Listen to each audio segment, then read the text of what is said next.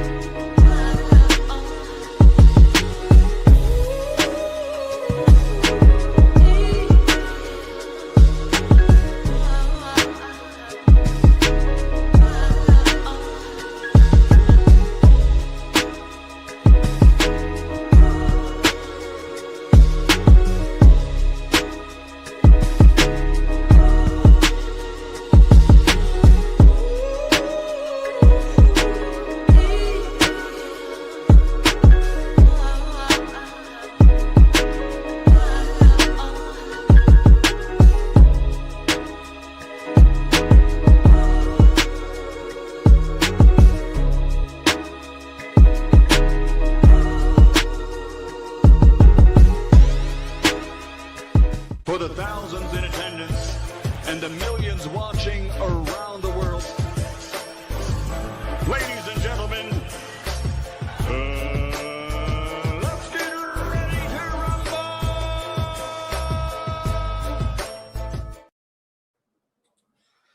Yeah. What's going on, family? It's our boy, Coach Malachi in the building, and we are back. Too many podcasts. We back up in the DI, man. Salute to the family, man. It is what it is.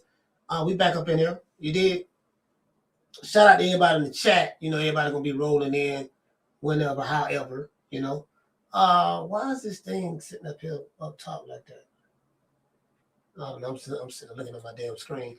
Yeah, man, G5, what's going on, fam? Shout out to Marcus King. Marcus, what did he say, fam? He say Slippers has to fight somebody in his career because 35 fights against nothing but tomato cans is diabolical. Hold on, what you talking about, fam? Hold on. He said Slippers. Okay. 35. He fought 30. Hold on, wait a minute now. Hold on, wait a minute. Hold on now. He did fight Lima Bean now. He fought Lima Bean. Come on now, don't do that. He fought Lima Bean. He fought Karen Chugga. Don't do that now. Lima Bean and Karen Chugga. Come on now. And he did fight Stanley Otis now. He fought Stanley Otis for what that's worth. But yeah, you know what I mean. So I think you overlooking those signature wins right there, brother. Shout out to Chris Legg. He said Coach got the fresh Friday cut. Yeah. I ain't got cut, man. He said I got to get one after work. Yeah, man. Oh, he said sound like I'm in the bathroom. Oh man, why y'all ain't say nothing, man? Man, why y'all ain't say nothing, man? I had to change the sound, man. Come on, man. Y'all, man. Now, you know what? Oh, okay. It was only 3 minutes. Okay, it was only 3 minutes. Why y'all ain't say nothing? I didn't know I had to switch the sound. It sound better now. Why y'all ain't say nothing, fam? See, that's what I'm talking about. Shout out to Chris, man. Shout out to Chris. Let's give Chris a round of applause.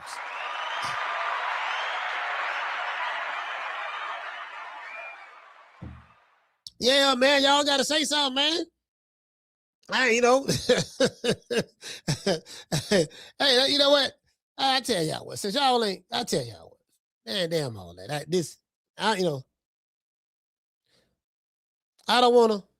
No, let's close that. No, wait a minute. Yeah, I don't want to do this. Hold on. Oh, my bad. Yeah, I don't want to, you know what I mean? I ain't want to do this. I swear I didn't. I ain't want to do this, but y'all making me do it. I'm finna wet the whole chat up. The chat finna get wet up. Right there. Finna wet the whole chat up. That's it right there. You see what I'm saying? You know?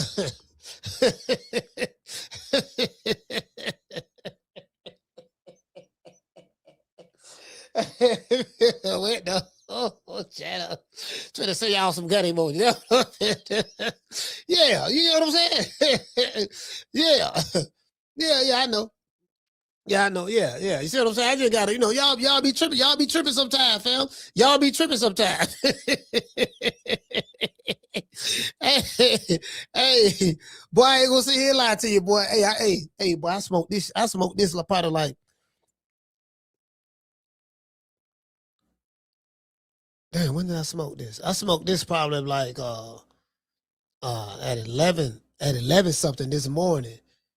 I had no like, cause the bong had a little bowl, right? So I had a little bowl. I filled the bowl up, smoke all the cannabis that's in the bowl. And then I sat there and I chilled a little bit. And then probably like an hour, about 45 minutes later, I had them finished off another bowl. You see what I'm saying? It was all before 12. It was all like around before, it was before 12 o'clock though. Or maybe somewhere, it was probably like before 12 or around 12 o'clock.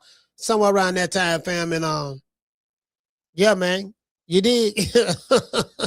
Bro, it's 3:09 right now. I'm talking about 3 hours. I'm talking about three and a half hours ago, fam. It's 3:09 right now. Yeah. Anyway, let's get to the show. Now, I was on X yesterday, the application formerly known as Twitter. Jaron Ennis speaks out about Vergil Ortiz, the Vergil Ortiz fight not happening. He speak about that, right? Ortiz's manager clapped back. Now, one thing I will say about Ortiz's manager, he online tweeting like a mug. He on Instagram, he posting. He on X, he tweeting. You see what I'm saying? And he like, yeah, we doing this and we doing that. I think it's obvious who's pulling the strings. Well, it appears that he's the one pulling the strings, and I don't know. And from Jaron Ennis' side, from his brother, I don't know which brother it is. They say he got a brother named Pooh. You know what I mean? So I don't know. I don't know which brother it is, but they say his brother. I retweeted that as well on X. He said, "Yeah, man, Vergil Ortiz did all this. He going through all this, suing Oscar De La Hoya and everything because he ducking boots. The nigga ducking. He don't want to fight." And I thought about it, right? I say, man. Cause this shit is, I ain't gonna lie, this shit funny to me. I'm enjoying this shit. That's why I'm enjoying this shit. This shit funny. Man, I'm trying to tell you, boy, god damn. He's saying that, look, the man was so scared. He was so terrified that he sued his own promoter. Anything but the fight boots, anything. What we got to do? Rick, figure it out. Rick, figure it out. Okay, wait a minute. Goddamn, all right, shoot, Lord have mercy. All right, Vergil Ortiz Sr., what is it you want to do? I don't, listen, well, I told you. Me and Robert Garcia was talking, and he said that we come to the same conclusion. It's the slick black fighter syndrome. We don't want to fall victim to the next slick black fighter. Listen, they're saying this guy is Roy 2.0. They saying this guy is he's the next great phenom and all this stuff there. That's what they saying. Now find a way to get us out of this ASAP. So I thought maybe they were tripping, right? I said, man, they tripping. I said, man, Boost fans, man. I said, Boost never tripping, man. They need to cut there. Ain't nobody finna go through all that. Like this nigga really kryptonite is kryptonite the Superman or something, right? Then is something that Oscar De La Hoya said. And I was like, oh. So Vergil Ortiz and Jaron Ennis can fight right now. Fight can still happen right now. However, it's up to Vergil Ortiz to agree to the terms of the contract that he already signed with Golden Boy. Vergil Ortiz has a signed contract with his promoter, Golden Boy Promotions, to fight for a certain amount of money. He fought Erickson Lubin for that same certain amount of money. He fought them other dudes, other dudes for that same amount. I think he might have got a little more when he fought Boychuk, because I think Turk Al-Sheikh paid for that. Turk Al-Sheikh is the norm. He overpaid motherfuckers. So that's not the norm, but that's the exception. You get what I'm saying? So I'm looking at all of this, right? I'm like, so if Vergil say, you know what? Fuck it, I'll fight him for the $3 million you offering me. that I agreed to, or that's in the contract or whatever, right? The fight can happen. So from,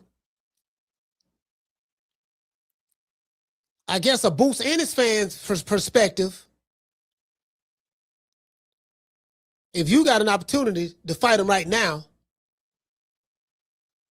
for the money, what it was, $3 million, something like that, you just fight the man.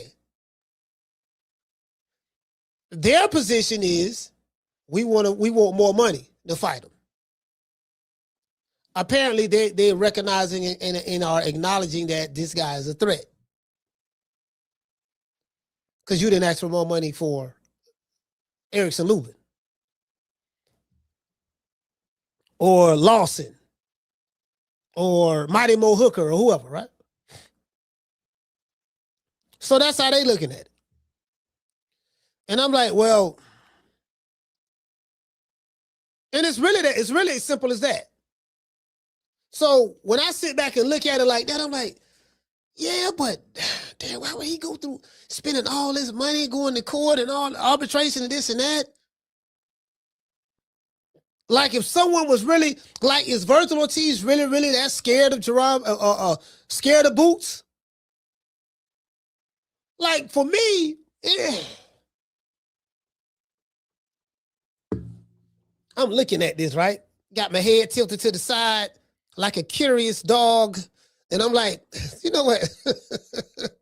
He can't fight the man right now. Though. We can't fight him right now. Yeah, that is true. Now he can't fight him right now. So, hey, hold on. Hey, listen. Hey, Akila, check this out.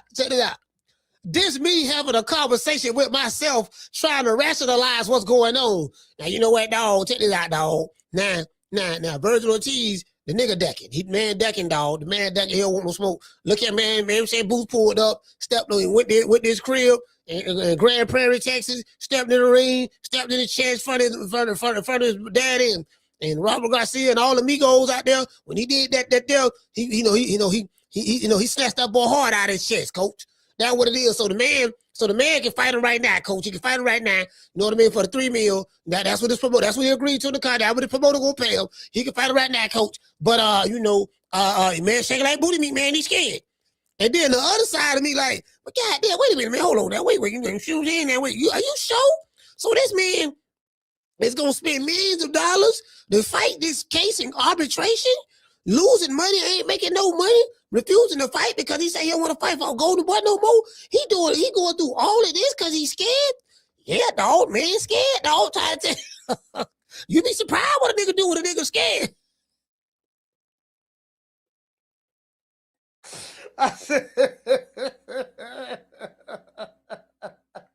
I said, hey, Akila. Hey, I'm sitting there trying to rationalize this shit. I said, man, I remember we did a show because both of them was having a duck off. Boots was ducking Vergil, and Vergil was ducking Boots. They was having, because we did the show. I said, I'm tired of both of these niggas. I remember I had got mad. I never forget. I said, I'm tired of both of these niggas, man. Fuck Boots and fuck Vergil Ortiz. Both of these niggas having a duck off. They trying to outduck each other. I remember I said that shit, but that shit was funner than a motherfucker. True. But now, boy, I ain't gonna lie. Now, boy, I think Boots got him now. I think Boots might have won the decking war, the decking claims war. What it was an information war from both sides on who was decking who. You know, who decking who. You know what I mean? Like in the 80s, Aretha Franklin made a song called "Who Zooming Who." Should I jitterbugs? Y'all probably don't know nothing about Aretha. Go look it up. Aretha Franklin, Who Zooming Who. So I want to remix that, and we're gonna put who decking who. So if you talk to Vergil Ortiz's fans and team, you know Boots is ducking them. Then if you talk to Boots team and his fans, Vergil Ortiz ducking him. So really, both guys are accusing each other of doing the same thing, which is ducking. True. Which is ducking.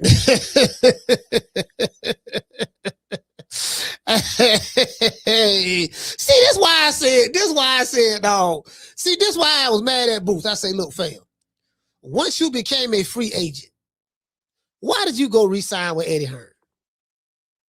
Same shit y'all were talking about with Crawford and all that. Yeah, man, he re-signed with Barbell. When he became free, he re-signed. You know, he could have came to the PBC then.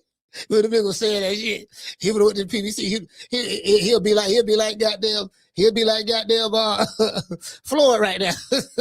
Got back end promotions, money going in secret offshore accounts that you don't know nothing about. You get what I'm saying? Shit, nigga can't get in contact with the guy. Like how you going to deal? How do you go in to deal with a dude? You don't know what this motherfucker look like. The only time you seen it was old pictures of him. You can't. He ain't got no office. You know, the man use a flip phone. He ain't got no computer. You know what I mean?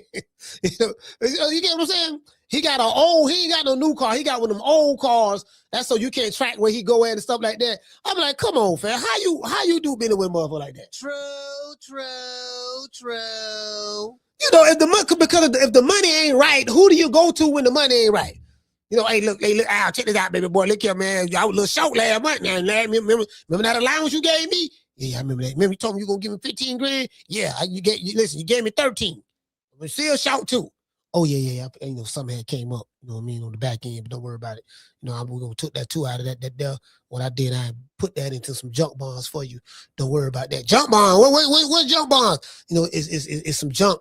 It's some junk that are bonds. You get what I'm saying? So, you know, don't worry about that. That's all that, you know, financial mumbo jumbo. Don't worry about that, baby boy. You know, I got a degree in, you know, master degree in finance, whatever. Don't worry about it. Yeah, don't worry about that. Though. I handle all that. That's too much for your little small brain to worry about. But don't worry about it, baby boy. I don't took it. We're gonna put it in some junk bonds. We're gonna flip it. I'm 2 gonna bring back 4. You see what I'm saying? I took the 2 out of that off top. I'm put it in the junk bonds. We're gonna flip it. It's gonna bring back 4. Then I'm gonna give you the 2 back plus 2 more on top of that. True. Fucking shit. You know what I'm saying? I'm like, man, listen. So that's why I was like, why did Boots go back to Eddie Hearn? Once you became a free agent, you could deal directly with the plug, Turkey Island Sheik. Same shit Devin Haney doing. Same shit Keyshawn. I guess Keyshawn Davis is trying to do the same thing. I don't know if he's still with Top Rank or not. I don't know. Shakur Stevenson now. You know what I mean? Yeah, I don't. You get what I'm saying? Like that didn't make no sense to me at all, bro. That ain't make no sense to me at all. I'm like, bro, so why would you go back to the promoter, get him his 30%? Now you get what? Guess what? If you would have dealt directly with Turk Island Sheik, you ain't have to give nobody no 30%. You became a free agent. You had a big enough name. You could have went to the Sheik. Now I'm dealing directly with the plug instead of dealing with the middleman. Eddie Hearn, the middleman. He could. I tell you what. I bet you if Boots would have went to Turk Island Sheik, I bet you Turk Island Sheik would have made that fight. We wouldn't even be having this discussion right now. Listen, if he would have went to sign with Turk Island Sheik, I'm pretty sure, or just went over there, I'm pretty sure he would have. We wouldn't be having this conversation right now. We'll be hearing a fight date. We'll be doing promo for that fight right now. True.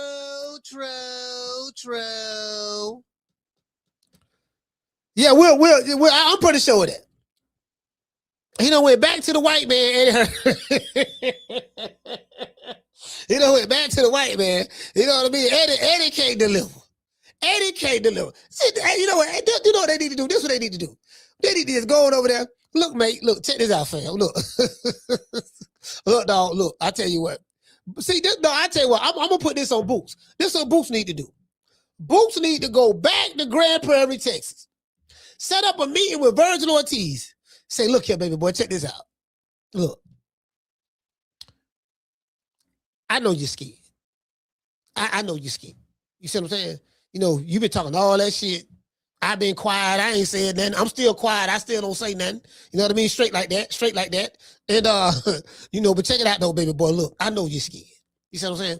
You know, you be seeing me doing all that Matrix shit in the ring, and you be seeing how I be doing all this athletic stuff in there, and you know, I'm a slick black fighter out of Philly, you know what I mean? You know, and stuff like that. And you do know I'm probably gonna whoop your ass more than likely. You know, you flat footed, you come forward. I love that type of style you have. But look here, man, let's just do this for the fans. You see what I'm saying? I tell you what, I ain't gonna knock you out. You know, we gonna go 12. We gonna go good 12 now. But now you try to hit me hard now, then I'm gonna show you all that other shit that I showed lima bean. Show that did the lima bean now. Yes, Boots. Yes. I know. But you know, everybody's ripping me online and stuff like that. You know, like you don't understand what I'm going through with Oscar. Look, man, listen, check it out. I do know that. That this is what Boots' brother saying. This is what Boots' brother saying, right? The shit was funny as hell.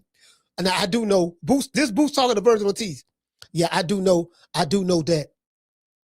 You know, you, Oscar, your daddy, your manager concocted a scheme to get out of the fight. You were shaking like booty meat when I stepped to you in the ring. We saw the look at the whole world saw it. The whole world saw you scared. Shaking like booty meat. You with the niggas playing and everything, right?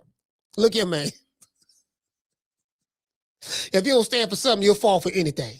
You dig? So check it out, man. Look, you gotta stop being scared now. Now you say now it's time now. It's time. Boots gotta talk. Boots gotta sweet talk to man. Boots gotta do what. Let me tell you something.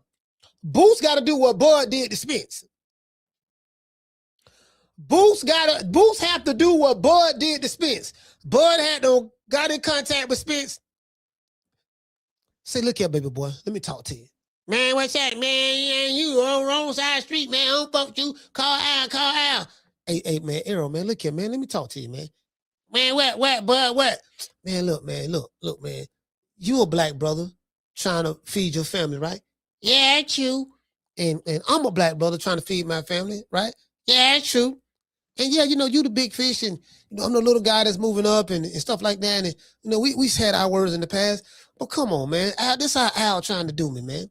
The man telling me I can't look at no contracts. I can't see no books. The man trying to tell me just sign a blank piece of paper. You know what I mean? And take what I give you and all that stuff there. Man, you know I got about 7, 8 kids. Come on, man. You know what, Bud, man, you all right, dude, man. You all right, dude. Don't worry about it, man. I'm make it happen. Hey, Al. Yeah, what's up? Al, this man, you know I fuck with you, right? Yeah, I know. What the call about? Yeah, man.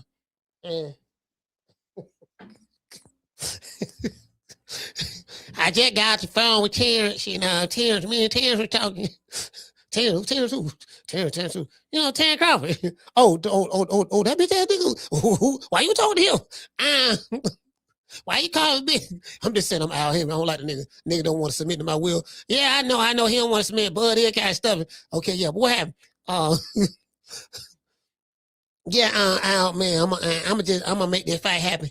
I'm gonna just let you sit on the sideline for this time. Look, I told you, man, leave that motherfucker alone. I told you, listen, everything about him is all wrong for you. And when you gonna learn, listen to me. See, this one time back, man, you ain't got faith in me, man. I'm gonna beat Crawford. I'm gonna become undisputed, and then we gonna circle back. Then I'll fight them other dudes, okay? Man, I'm telling you, man, leave that black nigga from Omaha, Nebraska alone, man. Leave that black freezer. Leave Black Freezer alone. Nah, man, I'm trying to tell you, man, I can't walk through the streets of Dallas and everybody calling me out and this and that. I got to fight him, man. All right. Let's see. You get what I'm saying? Yeah, you feel me? So they don't told him. So Vergil Ortiz team, they might be shook like that. I ain't saying that's what it is. I'm not saying that's what it is, but they probably shook like that. So Boots gotta see what Boots got to do. Boots gotta go sweet talk him. Man, look, man. Won't you just drop the lawsuit against Golden Boy? You signed the contract with him. You gotta fight for what he gonna pay you. We'll put an automatic rematch clause in there. You see what I'm saying? We could do that. So if you scared you're gonna lose, and you're gonna lose, you know, this is what Boots telling Vergil Ortiz.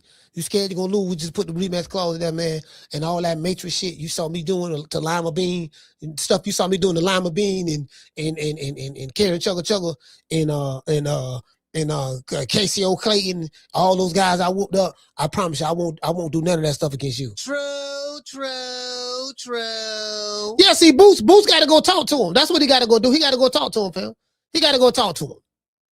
And see, by him being a non-verbal communicator, by Boots being a non-verbal communicator, that's going to be very, very hard to do. because he looks like more of an introvert. He don't really talk. Then when he do talk, he look uncomfortable in the camera. And then when he talk, he be having that kiddish laugh like, and then he say straight like that, straight like that. You get what I'm saying? So he really don't. So I do get why he ain't comfortable in front of the camera, because talking ain't his strong suit. I get that. So I get it, but he gonna have to see I'm pretty sure he got Vergil Ortiz number. Look, man, just call him, man. Just call him, man, and just, you gotta butter him up, man. That's what Bud did to Spence. That's what he did. I'm telling you, bro. That's what he did. So he had to butter him up. You gotta butter him up sometime, man. Sometimes you gotta trick him in the ring. You gotta trick him. Sometimes you gotta play possum. You gotta be like, man, man, I want to fight you, man, and but you're very strong, talented opponent, and I got confidence in myself. But Vergil, I do know you bring so much to the table, man, and just one punch from you and all that stuff there, and then you got Robert Garcia sitting there, right? Robert Garcia, he watching like a chicken hole, and then Vergil Ortiz Senior watching like a chicken hole. So you gotta trick him. You gotta trick him in the ring. You gotta trick the duck. See, you gotta know how to get the duck. I say, okay, duck, look here, duck. We having duck soup tonight now. We having duck soup. Now I don't want no fight tonight, duck. Now what we gonna do? I'm gonna hit you in the head, knock you out. Then I'm gonna pluck you. Then I'm gonna pluck all your feathers from your wings, pluck them tail feathers, all that there, right? Then after I do that, I'm gonna put some hot sauce on you, some good old Tabasco sauce, put some lemon pepper on you and all that stuff that there, all that there, some onions and bell pepper and all that stuff there. Then what I'm gonna do, duck, I'm gonna put you in the pot and I'm gonna boil you. After I boil you, then I'm gonna take you out the water, wash you off again. Then you get what I'm saying? Like you gotta know how to you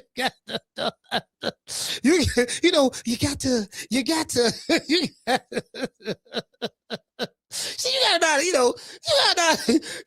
gotta know how to finesse them ducks now. You gotta know, you gotta know how to finesse them ducks now. Well, hold on. Man, let's get into the show. Sorry about that. As I said before, on yesterday on X, the application formerly known as Twitter, Jaron Ennis spoke his piece to the boxing fans about why the Vergil Ortiz fight did not happen. Boots says, and I quote, this is not me saying this is Boots, I have the receipts. I did everything in my power to make this fight happen for the fans. I waited long enough, and I stayed quiet through it all. That's the problem. Never stay quiet when a nigga ducking. If you feel a dude ducking you, the last thing you should be doing is staying quiet. Don't lighten up, tighten up. You were supposed to, after you step to him in Texas, you supposed to follow up. You supposed to have an aerial assault on his ass. Like, boom, yeah. Sugar ducking, quack, quack. Yeah, boy, that motherfucker ducking, boy, I'm trying to tell you about stepped in the ring, boy. 3 days on went by. We ain't heard nothing from him yet. Man, boy, Team Vergil ain't doing nothing. Yeah, I'm still here, baby. Doing the oak, nigga. I'm standing up in Prairie, Texas like an oak tree. I'm sitting there like this here, posted up like an oak tree. My roots is planted deep 1 mile deep under the soil. My roots are planted deep 1 mile deep under the soil. I'm standing there like an oak tree. Nigga, I ain't going nowhere. What's happening? You get what I'm saying? True. Nigga, just now Vergil Ortiz fans got something to say about this here now. There's a civil war going on. I'm loving it. A lot of casualties on both sides, to be fair. A lot of casualties, it is what it is. But Boo said, I did everything in my power to make this fight happen for the fans. I waited long enough and I stayed quiet through it all, right? It looks like Vergil and his team really didn't want to fight. So basically, Boots is saying Vergil and his team, they some ducks. True. That's what Boots is saying. Because I don't want no Vergil Ortiz fan calling me, yeah, nigga, no, coach, I heard what you said. Or any Boots fans. Nah, coach, what you said again? Nigga, you better not come to Philly. Y'all don't threaten Brian Norman. He told he can't come to Philly. It's a no-fly zone for Brian Norman to Philly. You get what I'm saying? So, the motherfucker, them Philly niggas, boy, some motherfuckers, boy. Not all of them, but just, it's a good number of them. Anyways. So this is what he said, right? So not to be outdone. Check this out. This is what Boo said. He said I came to his fight in his hometown and told him in his face that he was next. That was in November. This is now March, and still nothing. It's time to move on. 2 division champion up next. End quote. You get what I'm saying? So Boo's like, look, man, came to the man's house, stepped to his ring in front of him. It was him. It was him. It was his coach. It was his manager, and it was his pappy. And so his pappy was right there looking at me crazy. They was sizing me up. They saw how big I was. Yeah, nigga, that's how tall I am, nigga. I was kind of looking down on Vergil Ortiz a little bit. Nigga, he saw, he felt my energy. He felt that Philadelphia energy. I had Philly. Philly had my back. You know what I mean? It was just me. Listen, Gilly and Wallow wanted to come. They didn't come. I told them to chill out. Meat Mill wanted to come. Lil Coochie Vert wanted to come. They wanted to come with me. Some of the Philadelphia superstars. We got Meat Mill, Lil Coochie Vert, Gilly and Wallow. You know what I mean? They wanted to come. My posse wanted to come. But I told them, I say, no, y'all stay right here in Philly. I'm going by myself. True. Hey, goddamn it. You know what they said, right? Hey, you know what they said? They said boots on the ground. Shout out to Mr. Goldie. Hey, Mr. Goldie, they say boots on the ground. Boots is on the ground in Grand Prairie, Texas, man. Boots is on the ground. Boots is on the ground, man. Shit, at this point, the Boots can't get nobody to fight. I got somebody for him. He gonna get whooped when he fight him. I got somebody to whoop Boots' ass right now. I got somebody that's gonna whoop Boots' ass right now. Y'all hold on. Y'all remind me a little later. I'm finna show y'all who it is. I got somebody whooping right now. Anyway, so not to be outdone, Rick Mirigian, Vergil Ortiz's manager, he clapped back at Boots and he said this, and I quote, he said, "Are you serious? You did everything you could to make this fight happen. You waited while we tried." He said, "Well, you waited while we tried because your alternative is," he said, your alternative is many 7 figures less."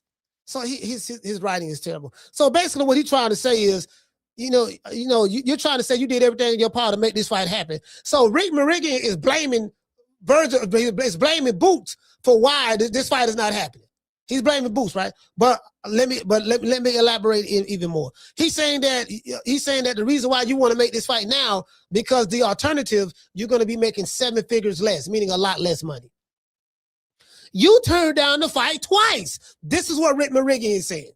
Look, we tried to fight you twice, dog. You said you a slick black fighter, all that there from Philly. Nigga, we tried to fight you twice. You turned it down. This is what Rick Mirigian is saying. He said you turned down the fight twice. And you watch Ortiz sue to try to fight you. So Rick said, look, we are suing Oscar De La Hoya to try to fight you. Bruce Ennis and his team is saying, you suing Oscar De La Hoya to duck me, to try not to fight me, which is the opposite of trying to fight. You get what I'm saying? So this is what both guys, one situation, 2 different perspectives. Same situation, 2 different perspectives. You get what I'm saying? Just want to throw that out there.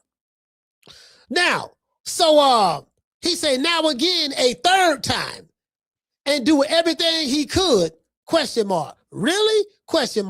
Then he says, Rick Mirigian says, he spent more than you made last year. He said, what did he say? He said, I guess he's trying to say Vergil Ortiz spent more than you made I guess he's trying to say in your last fight to try and fight. I don't understand what he's saying, bro. He spent more than you made last in your fight to try and fight you. Dead serious? A 3rd time? Even now, you're still going to act delusional? Yeah, that right there, Rick, your Lord have mercy, boy. See, if that's your manager, Vergil Ortiz, if that's your manager and he typing like that, yeah, you need to get rid of him. True. See, that's the problem. That's the problem right there.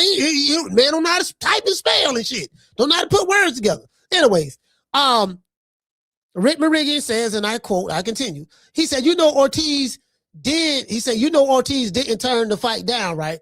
He said, but we know who did turn the fight down. And so do you. So go grab a strap or 2 And it'll be that much sweeter after for Ortiz to take them.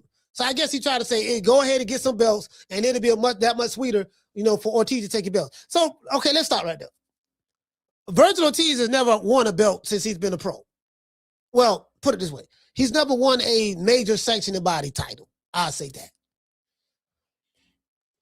So according to Rick Mirigian, which is Vergil Ortiz's manager, he's telling Boots, well, I tell you what, while we handling this here, baby boy, why don't you go get a strap or two, go fight some champions or whatever, get a strap or two, and then when we circle back to get the fade later on in the year, hopefully, we circle back to get the fade, it'll make it that much more sweeter for when Vergil beat you, he gonna take the belt. True. That's what he said, fam. I can't make it up. I got the receipts. I'll show it to you. I had the receipts. I'll show it to you. You get what I'm saying? He said Boots is delusional.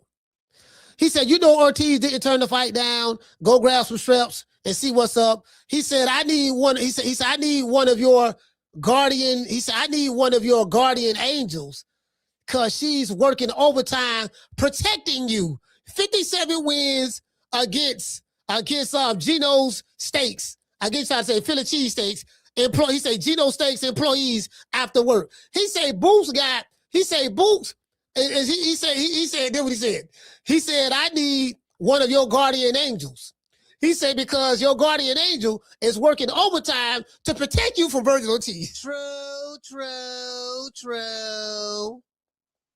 Hey, he flipped it. He flipped it. Yeah, dog. Try to tell you, dog. My nigga, boy, you got some guardian angels for you, dog. Boy, I was just finna whoop your ass. Fam, you literally, as soon as you saw me, you ran and took off. If you really wanted to smoke, why did you run and take off? Yeah, I'm just saying, dog, your guardian angel protecting you, my nigga, boy.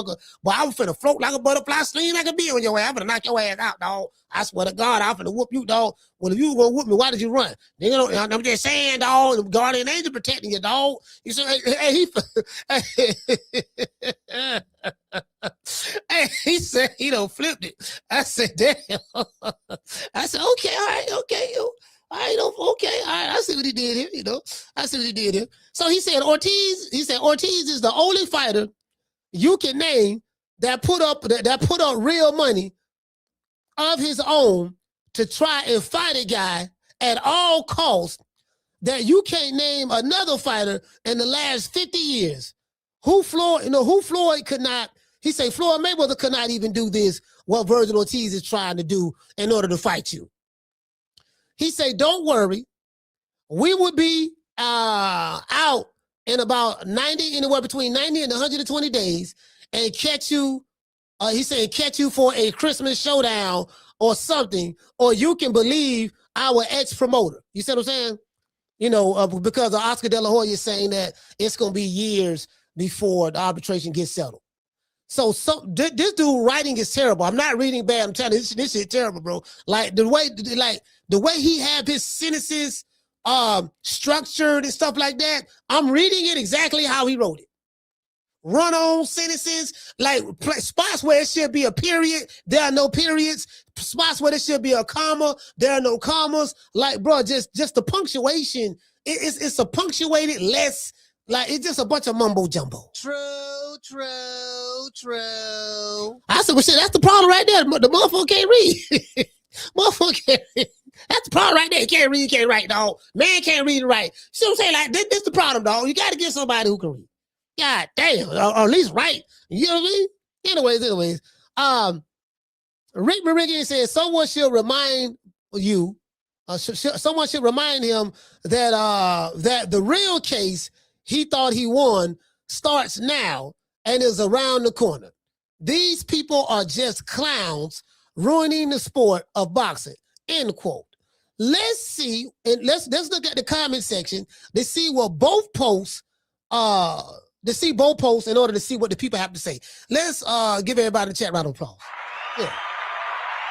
I struggled with that one, man. This nigga here. Hey, check this out. I'm gonna show y'all what he typed. And when I show y'all what he typed on Instagram, you're gonna understand why I had trouble reading that shit.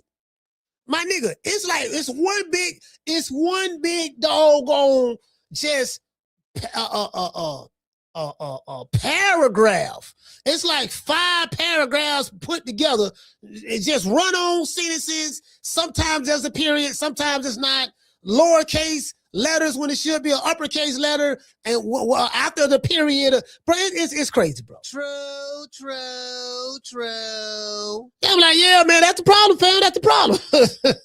That's the problem. Yeah, dog. Let me see the contract, dog. Let me see. Mumbo jumbo contract. Wait a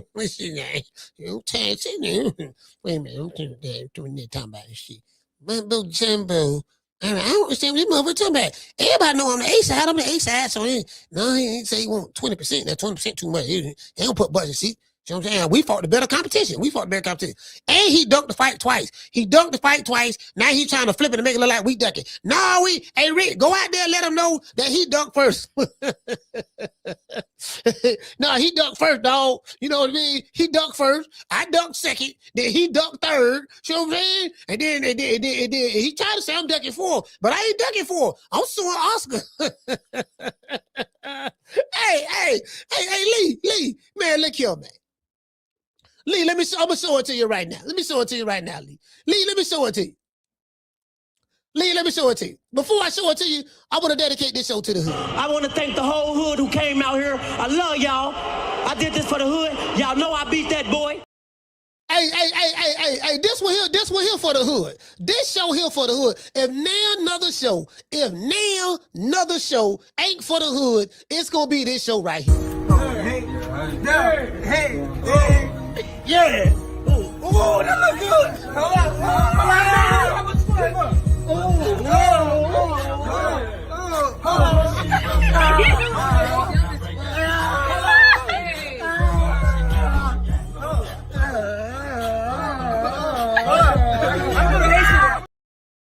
That is a word. Nay another. Look it up. Nay another. That is a word. N-A-N. Another. N-O-T-H-E. or N-O-T-H-A. Another. You get what I'm saying? Now another. That's a word. True. That's right. That's a word. You know what I mean? That's facts. Those are the facts. That any hood in America, they know what now another mean. Any hood in America. Now in the suburbs, they may not know. You know what I mean? They speak a little bit more proper, a little bit more correct English, you know what I mean? But for those who are ebonically challenged, we pulling up. I still love you.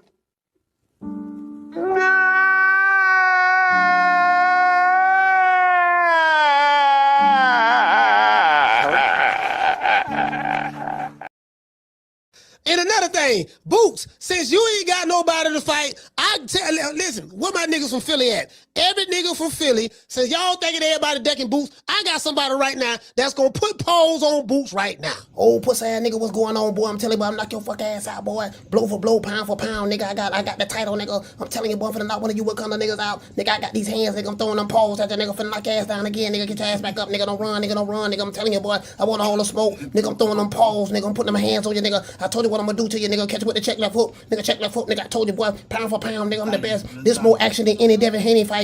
Put these paws on you, nigga. I told you, I got you backing up, nigga. Nigga, watch that check left foot, knock your ass down again, nigga. I'm telling you, boy, it is what it is, nigga. I'm gonna make it do what it do. I'm telling you, boy, we ain't even playing over here, boy. That's right, yeah. They tell them to sign the contract.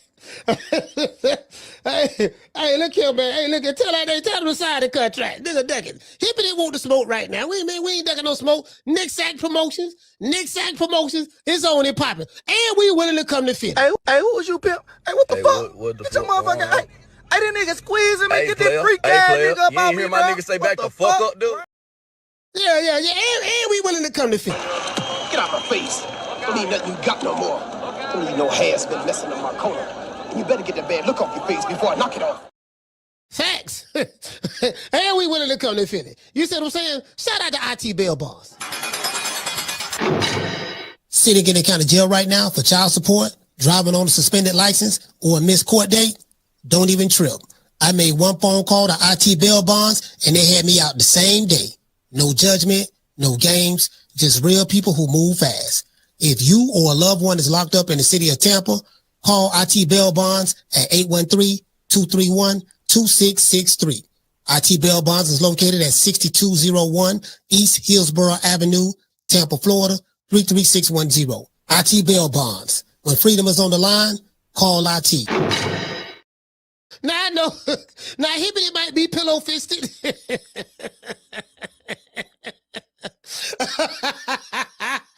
Hey, shout out to Khadijah. Hey, Khadijah, I had subscribed to your channel. Hey, look here. Hibbity might be pillow fisted. That is true. However, he has a fan-friendly style. As you can see, he does fight in the pocket. He does fight in the pocket. He don't do no holding, no clinching. You did see he got 2 knockdowns against Buddy. He did drop the dude in that fight. He did drop the dude twice, so he do got a little punching power. So at least y'all know you're gonna get a bang for your buck. True. Yeah. True. Yeah. Shout out to some in November. I just gotta let him know. Nigga, I got somebody for him right now. Straight out of Tampa, Florida, Hippity. Tampa, Florida's very own Hippity. we take our show on the road. We take our show on the road. We'll come to Philly. You see what I'm saying? Listen, we can have Willie, Gillian Wallow can be there. Lil Coochie Vert can be there. Meat Mill can be there. You can have, let's see, who else? You can have Malik Scott there, all the Philadelphia legends. You can have Greg Hackett, they have all of them there. Hibbity, when Hibbity pull up, tell that nigga don't hide his boots. True. That's all I'm saying. True. When Hibbity pull up, tell him don't hide his boots. That's all I'm saying.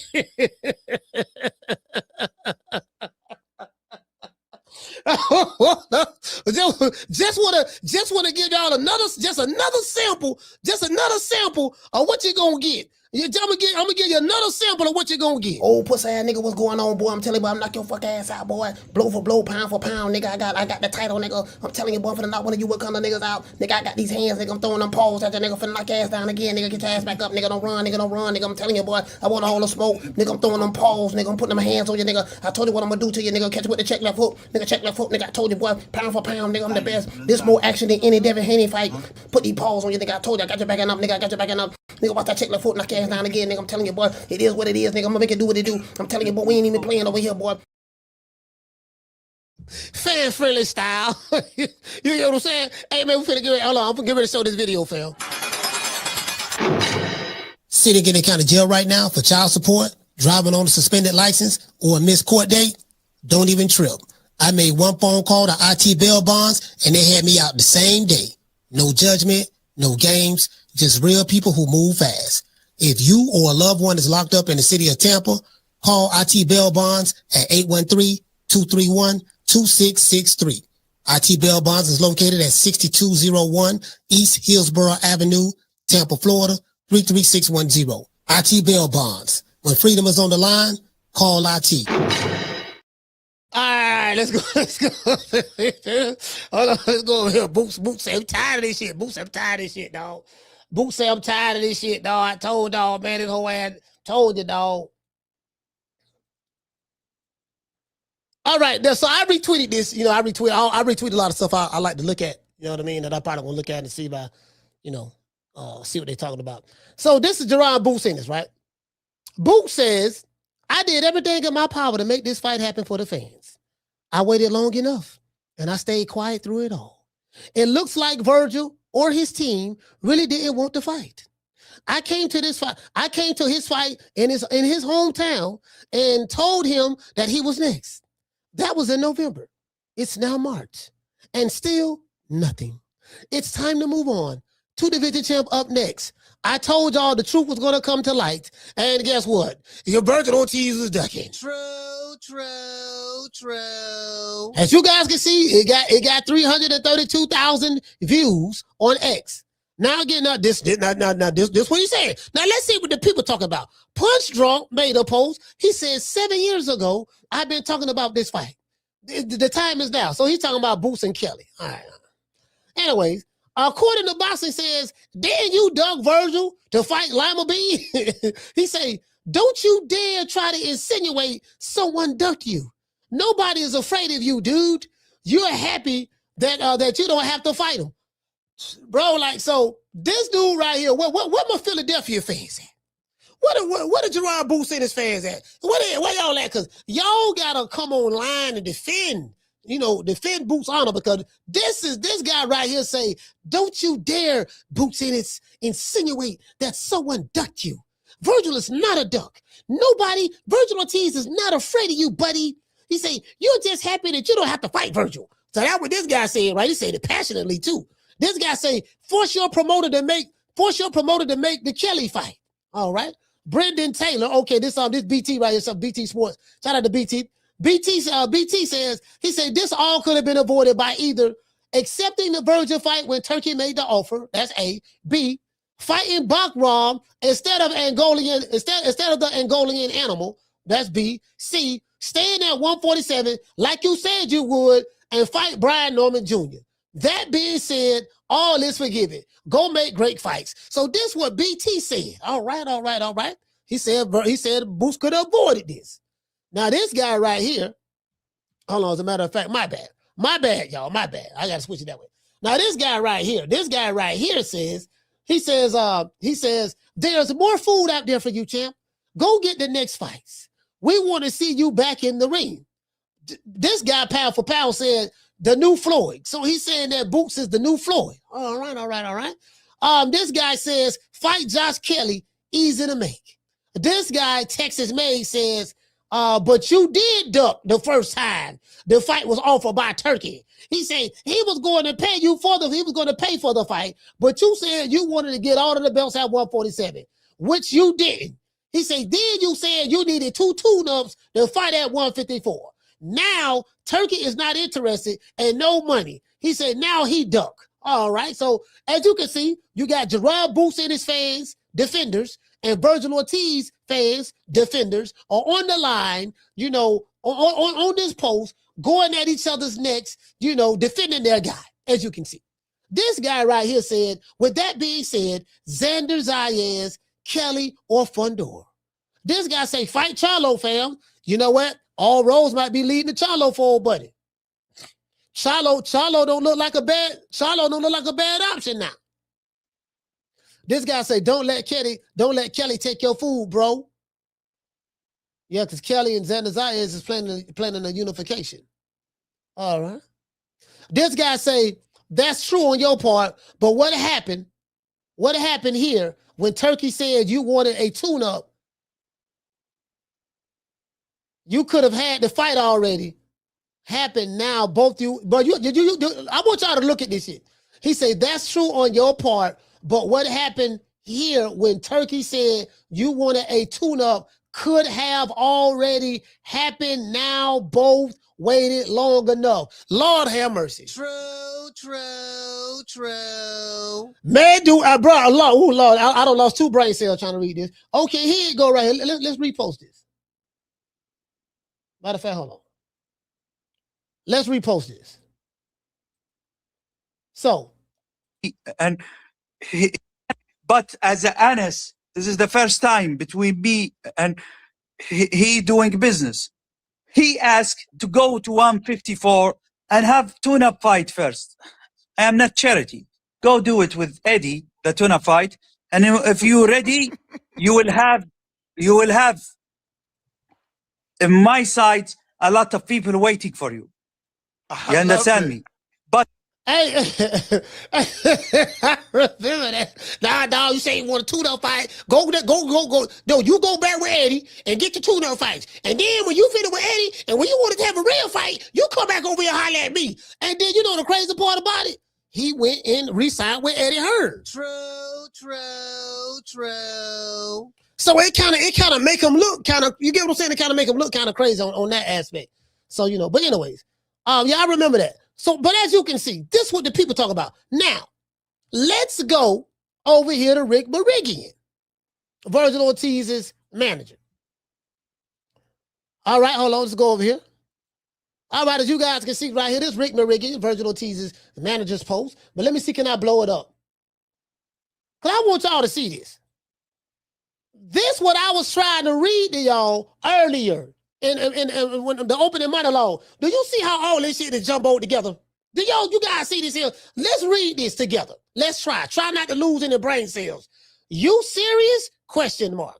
You did everything you could, comma. You waited while Matter of fact, this is just the grammatical errors in this is just terrible. Like, you gotta fire this dude. If he writing like this here, dog, you gotta fire him. This don't make no goddamn sense. I got a GED and I write better than this. He said, you did everything you could. You waited while we tried because your alternative is many 7 figures less. You can't, who write like this? Many 7 figures less. Then he say, you turned down the fight twice and you watch Ortiz sue to try and fight you now again a third. Bruh, I swear to God, I'm not making this up. Y'all look at this here. You turned the fight down twice and you watch Ortiz sue to try and fight you now again a third time and do everything he could. Lord have mercy. True. Ain't nothing else to talk about. This is the problem right here. You got to fire him. To this day. Hey, if y'all think Rick Mirigian should be fired because he can't write, let's give me a round of applause.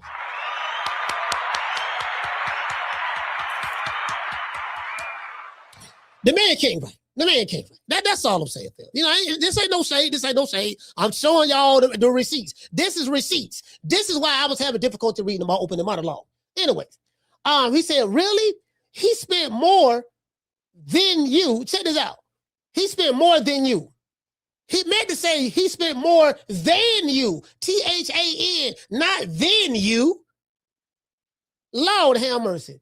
He said he spent more than you made last in your fight to try and fight you. Dead serious? A third time? Even now still he's trying to say he said even now still you're going to act delusional. Lord have mercy. True.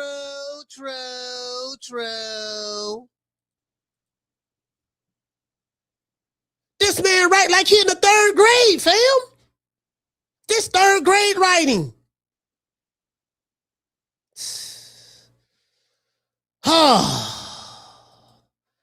Anyways, you know Ortiz didn't turn the fight down, but we know who did, and so do you.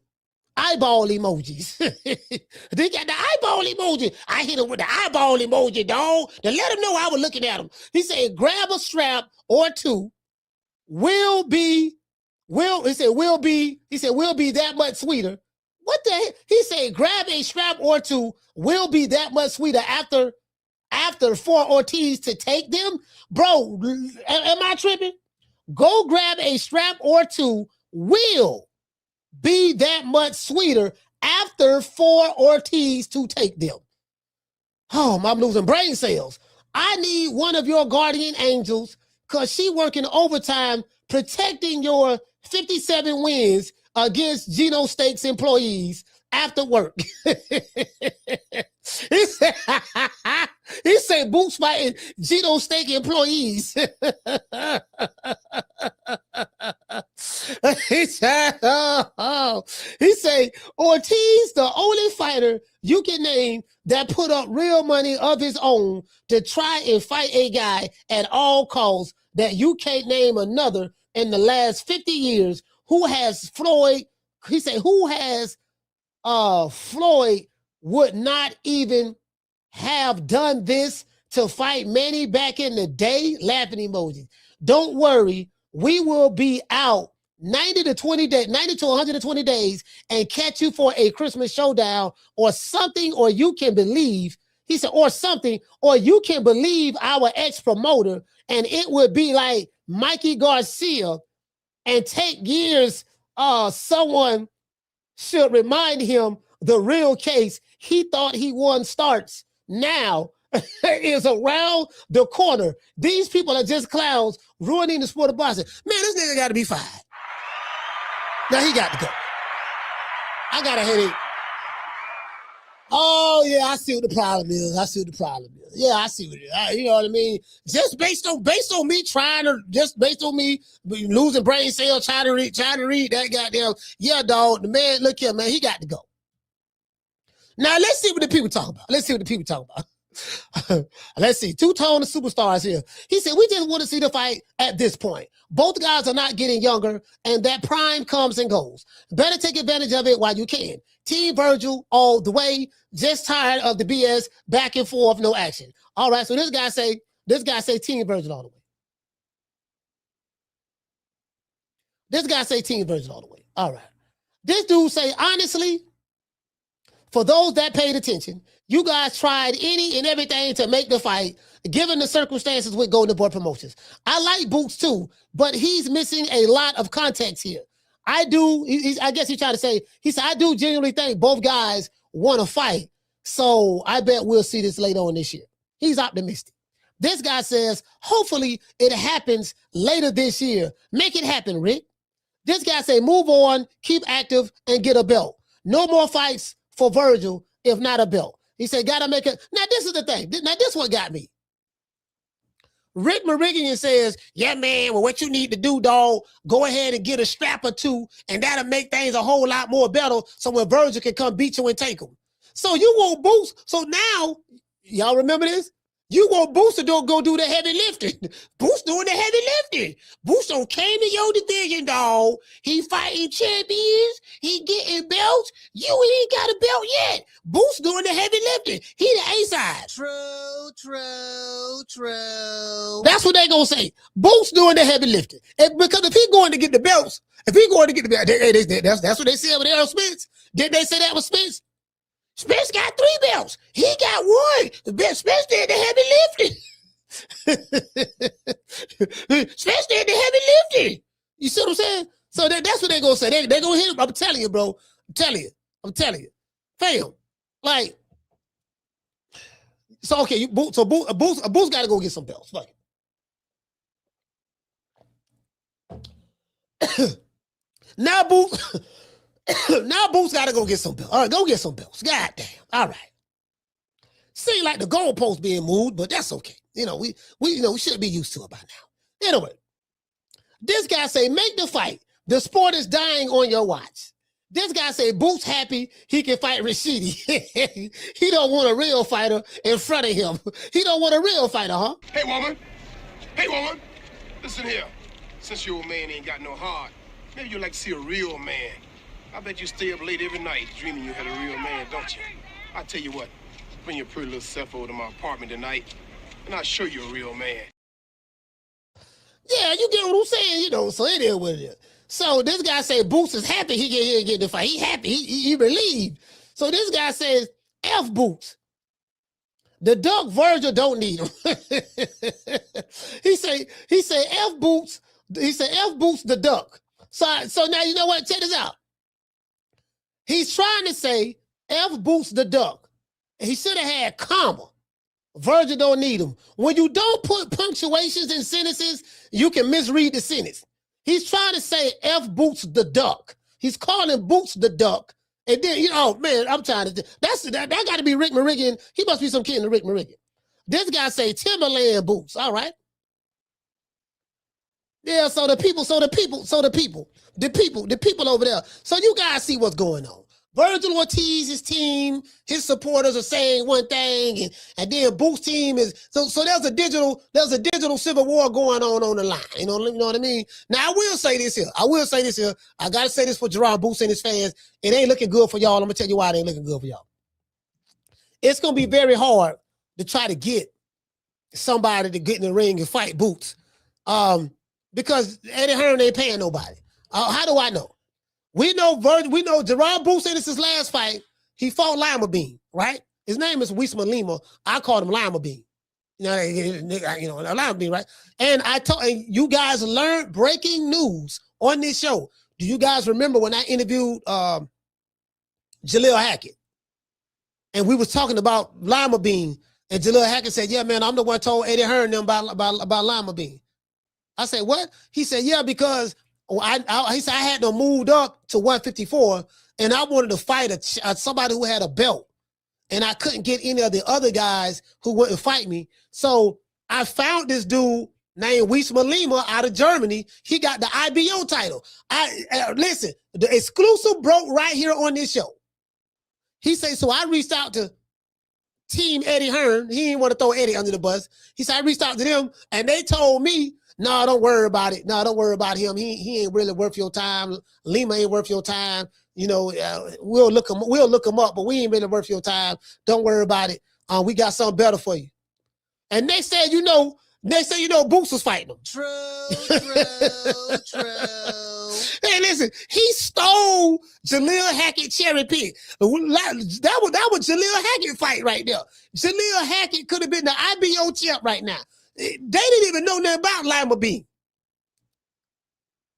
Jaleel Hackett said it on this show. They didn't know nothing. They stole. Next thing you know, Jaleel Hackett ended up leaving.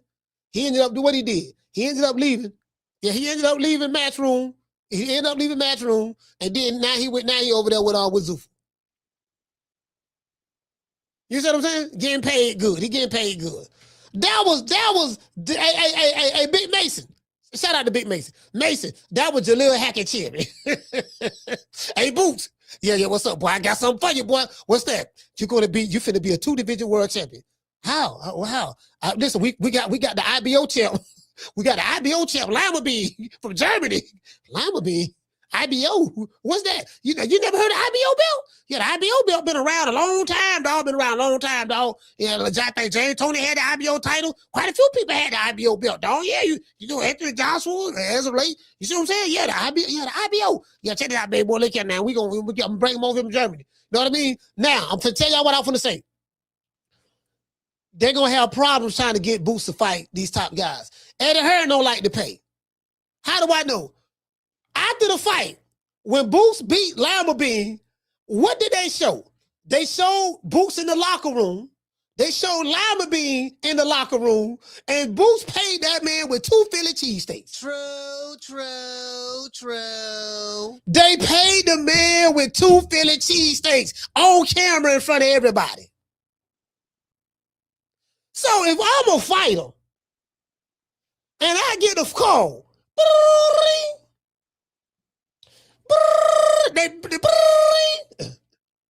shit, who the fuck is this? Hello? Nick Side Promotion. Yeah, hey, mate, how you doing? My name is Eddie Hearn. My name is Edward Hearn. Edward, what's up, Edward? What's up, baby? Hey, coach, do you have somebody named Hippity over there? Yeah, I got Hippity over here. Yeah, Hippity ready right now. Yeah, we trying to find a fight for Boots, and we want to make that fight happen. Okay, cool. How much how much y'all paying now? How much y'all paying? No, we pay good. Nah, dog, listen, I saw the Lima Bean fight. Boots paid the man, gave him 2 Philly cheesesteaks after the fight. Come on, fam, we need more than that. Now, Hippity eat a lot of hay, and he drank a lot of water. He eat grass, carrots, celery, all that shit there, dog. Like, y'all got to come clean, dog. Them got them Philly. Listen, Boots, Hippity don't eat meat. Hippity is a vegetarian. Hippity don't eat meat. So you can't pay us in Philly cheesesteaks like you did Lima Bean. True. Yeah, see, they gotta pay. They gotta pay, fam. They gotta pay. They can't be getting motherfuckers they can't be getting motherfuckers Philly cheesesteaks and shit. You know what I mean? Like, I don't like Philly cheesesteaks myself. You know what I mean? I don't sound like them. I'm not really crazy about them. They good when I do eat one every now and then. The Philly cheesesteaks, they good, but I'm not like a fanatic of it. Like, if you're gonna pay me in money. Don't pay me in 2 Philly cheesesteaks. Cause we saw what you did to Lima Bean. Eddie got to pay, man. You can't be trying to get people to fight for the low, and you got to pay people, fam. You got to pay people. That's what he got to do, fam. If he pay people, things will work out a whole lot better, man. Y'all know what time it is, man. Phone lines. You want to talk some shit?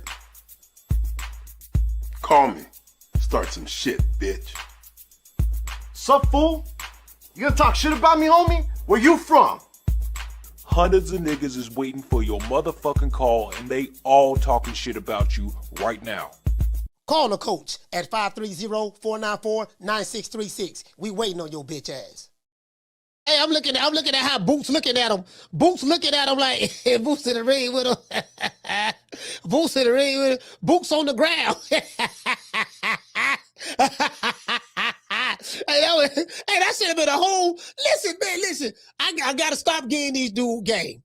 Hey, All you listen. Listen. This for the city of Philadelphia, right? I don't know if y'all good at marketing or nothing like that. Probably not, but I'm finna give you a layup. He should have had a whole campaign. Boots can do it right now because you got Devin Haney taking the Debo Dev moniker. He taking Debo Dev. Keyshawn should take Craig Keyshawn Davis, because Craig is the one that knocked out Debo, right? Getting them some game. Getting all these fighters some game. Boots on the ground. I'm in your city. I'm stepping.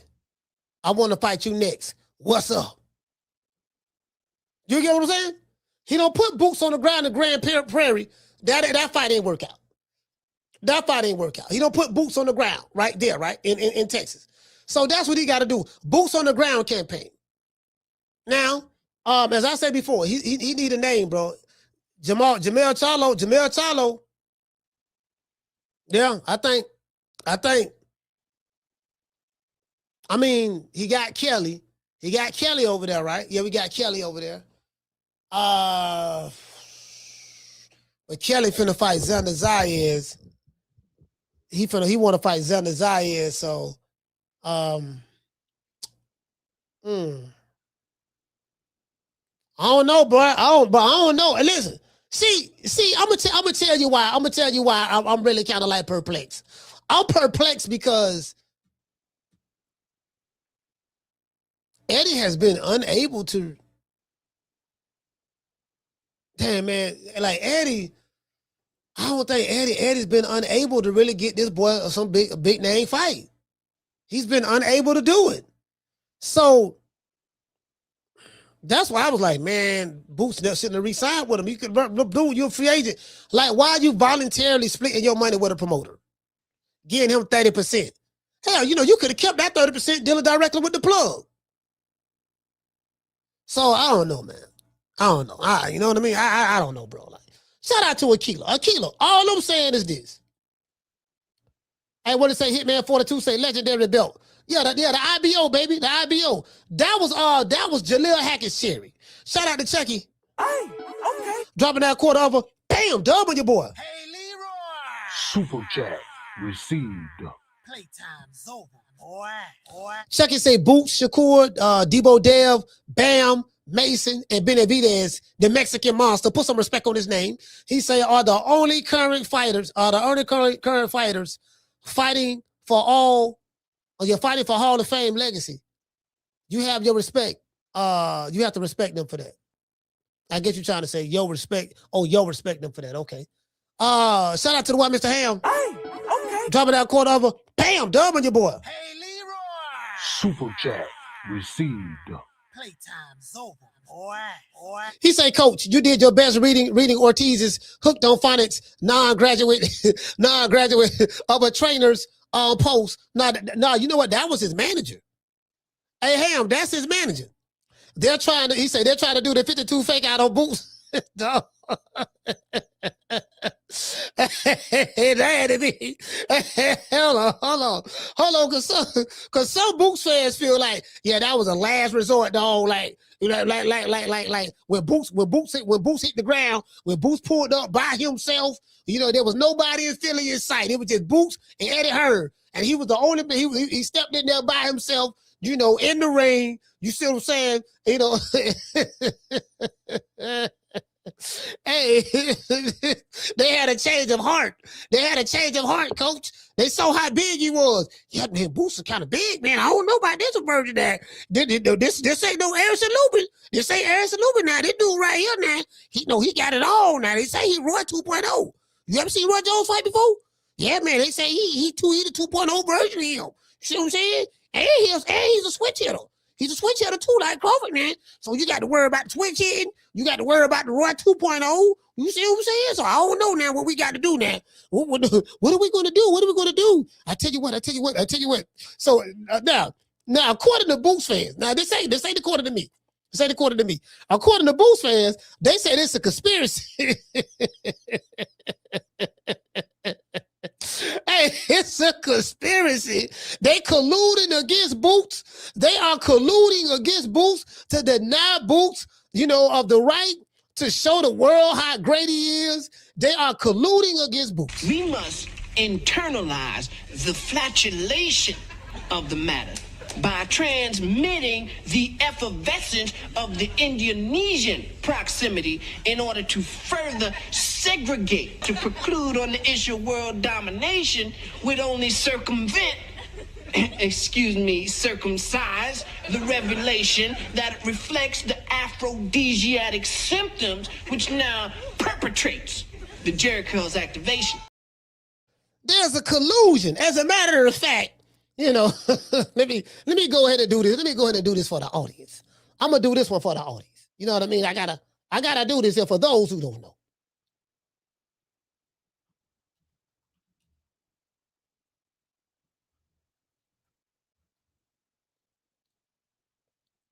For those who don't know. So let's go ahead. I'm gonna do this for the people because I'm a people person. I do this for the people, by the people, of the people, because I come from the people. You get what I'm saying? Collusion. What does collusion mean? Collusion is secret or illegal cooperation or conspiracy, especially in order to cheat or deceive others. Let's read this one more time, and then we're going to apply it to this situation from one side of the coin. And then we're going to look at it from the other side of the coin. Collusion. Some people feel that Jaron Boots Ennis, his brother, and Boots and his team and his people feel that there's collusion going on. What is collusion? Collusion is a secret or illegal cooperation or conspiracy, especially in order to cheat or deceive others. Now, what we want to focus on here, we want to focus on the word deceive. We want to focus on the word deceive because the word deceive right here is what Jaron Boots Ennis, his team, and his fans are saying is going on. The Vergil Ortiz, his father, his manager, and promoter, Oscar De La Hoya of Golden Boy Promotions, are all colluding together in secret, in cooperation, in order to deceive the people that Vergil Ortiz is not a duck and that he really do want to smoke with Boots Ennis. True. This is what Boots fans are saying. There's collusion going on. He's trying to deceive the people to save face. When in all actuality, this is a scheme. Vergil Ortiz and Oscar De La Hoya and Rick Mirigian and all of them, there is really no beef going on with them. What Boots Ennis and his team are saying that there's collusion going on. The secret council is being held in order to conspire to come up with a scheme to deceive the people in order to save face for Vergil Ortiz so that he don't look like he's a duck. This is what they're saying. To this day. And they give an example right here. It say the armed forces were working in collusion with drug traffickers. That's mostly like that's what happens in Mexico. You get what I'm saying? So that's all I want to say. So that's the word collusion. This is what the Boots fans and Boots are saying. See what I'm saying? So as a matter of fact, I got, hold on. I have another receipt over here. I have another receipt. Another. Hold on, let's do it right here. Nigga, please. You know what I mean? That's what they say. They say these bums, you know, be wanting to fight other bums. But this bum is taking the easy matches, fighting other bums. That's what Cobble Lane say. He said he do be taking the easy matches, coach. Coach, they taking all the easy matches, fam. They really don't want no smoke. They taking all the easy matches, coach.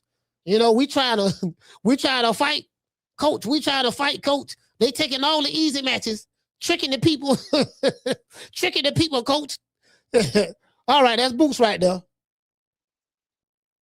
Boots said he did everything in his power. Where's oh, wait a minute. Hold on, y'all. Hold on, y'all. I want to give honor. To one of the greatest Puerto Rican fighters of all time, Edgar Berlanga. Edgar, the Puerto Rican assassin Berlanga. As you can see, he got the Fox Chinchilla. And then over here to the right, you got Conor Ben. You know, not Conor Ben. You got Chris Eubank Jr. with the cocaine white chinchilla on. So you got cocaine white. And then you got the Edgar Berlanga standing in front of the projects. the only Puerto Rican in New York that's standing in front of the projects with a chinchilla. I felt like a Spanish, like a Puerto Rican in this hair. I felt Puerto Rican. Y'all know I love me some Puerto Rican. I felt Puerto Rican in this. Rican. That's to the Rickens. That's to the Rickens now. The Rickens. All right, hold on now. Wait a minute now. Now. This is why men don't go to church. If you black women, to all my sisters out there, I know y'all. We want a God-fearing man. We want somebody in the church. Well, guess what? The church, don't no men go to church no more. Only people in the church is women. It's been like that for a long time. And this is why. If y'all want to know why, this is why. This is why right here. Reverend Hog Mog. I don't know who this brother is right here, but Reverend Poke Chop. Tell them what they need to be doing. Got paid. My tithe is what? I got paid. My tithe is what? 100. So, man, I got to pay my daycare. They're going to kick my kid out. Here we go. All right. Ooh, also, I need to pay my phone bill because T-Mobile about to cut me off. Grocery. Ooh, my kid's hungry. Oh, the Lord. Oh. Here's the Lord. Here's your $100, Lord. Thank you. And then here's my mortgage payment. Now, you say, well, Pastor, that's good. Now, you see all women out there, right? It's one bald head dude. That's a bald head little boy. Look like that might be one ball. I'm gonna give this person the benefit of the doubt. I'm gonna say this a man. I'm gonna say this a bald head man right here. But all women out here, ain't no men in sight. Not good. Now, see, here's the difference. I'm helping somebody right now because if you just switch the order, you will see some increase come. All these women, they got one man right there. All these women, the man praying on the weak. The man is praying on the weak. I'm going to show y'all. The man got all these women. You got to pay your tithes now. You got to pay your tithes. You see what I'm saying? Here we go. Man praying on the weak. Most people do what I just did. Watch this. They gave a tenth to the Lord, but they didn't do it first. We gave him a tenth, but this is how you can give a tenth and not give it first. But the scripture says the first one is what? So I done gave my money to somebody, the holy money. I done gave it to the phone bill people.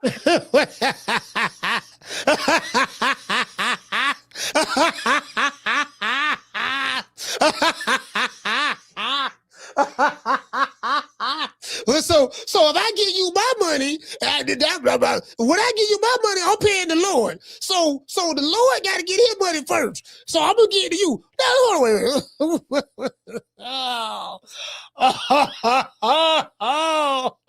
It's just so much. It's just so much I can unpack right here.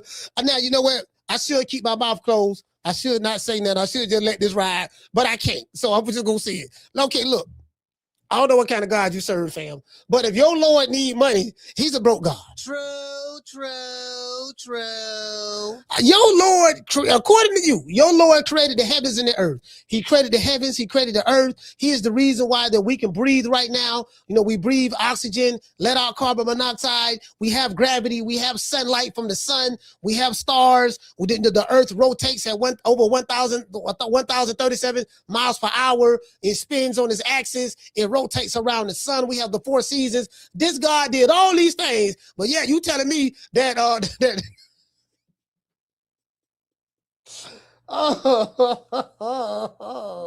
Okay, so when can I give God the money? When can I give God the money? Okay, I tell you what, you say God need the money? Okay, fine, I ain't got a problem with that. I want to give it to him. Where so I can give it to him? Now, what you got to do now? This is what you got to do now, coach. You give me the money now, because I'm the representative of God. You see this church? Yeah, this is the house of God. God built it? No, he ain't built it, but don't worry about that. Somebody else built it. But listen, don't church will tell you now.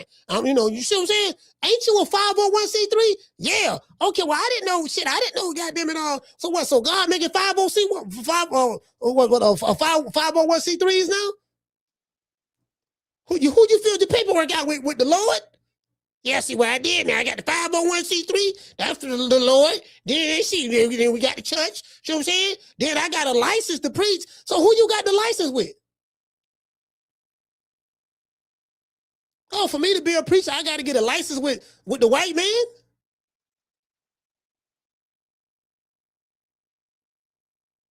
So giving my money to you is giving it to the Lord.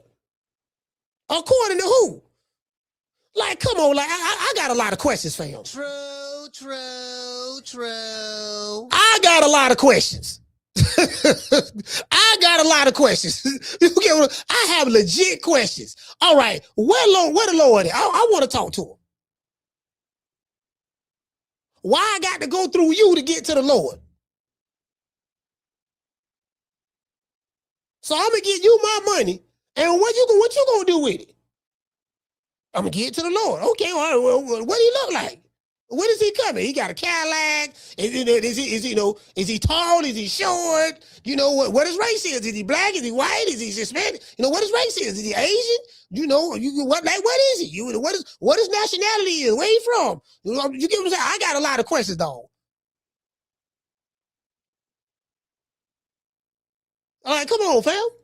Bro, I'm telling bro, listen, they don't want to talk to me. I'm a handful. I'm a handful. I got questions. And you only give the 10th first to somebody who can bless you. So let me give me my money back. Give me that. Give me this. Give me this. Give me this. Give me this. Thank you. Thank you very much. Now, this is what should have happened. So who should I give to first? The Lord. Switch places with somebody, Lord. So it don't matter where the Lord is on this. What matters is if whatever comes out first belongs to who? Okay, so here you go, Lord. And so watch this now. As I begin to pay other things, and let's say now it looks like I'm coming up short, God is obligated at that point to supply all of my need because he's supposed to do that because I've honored him with the first.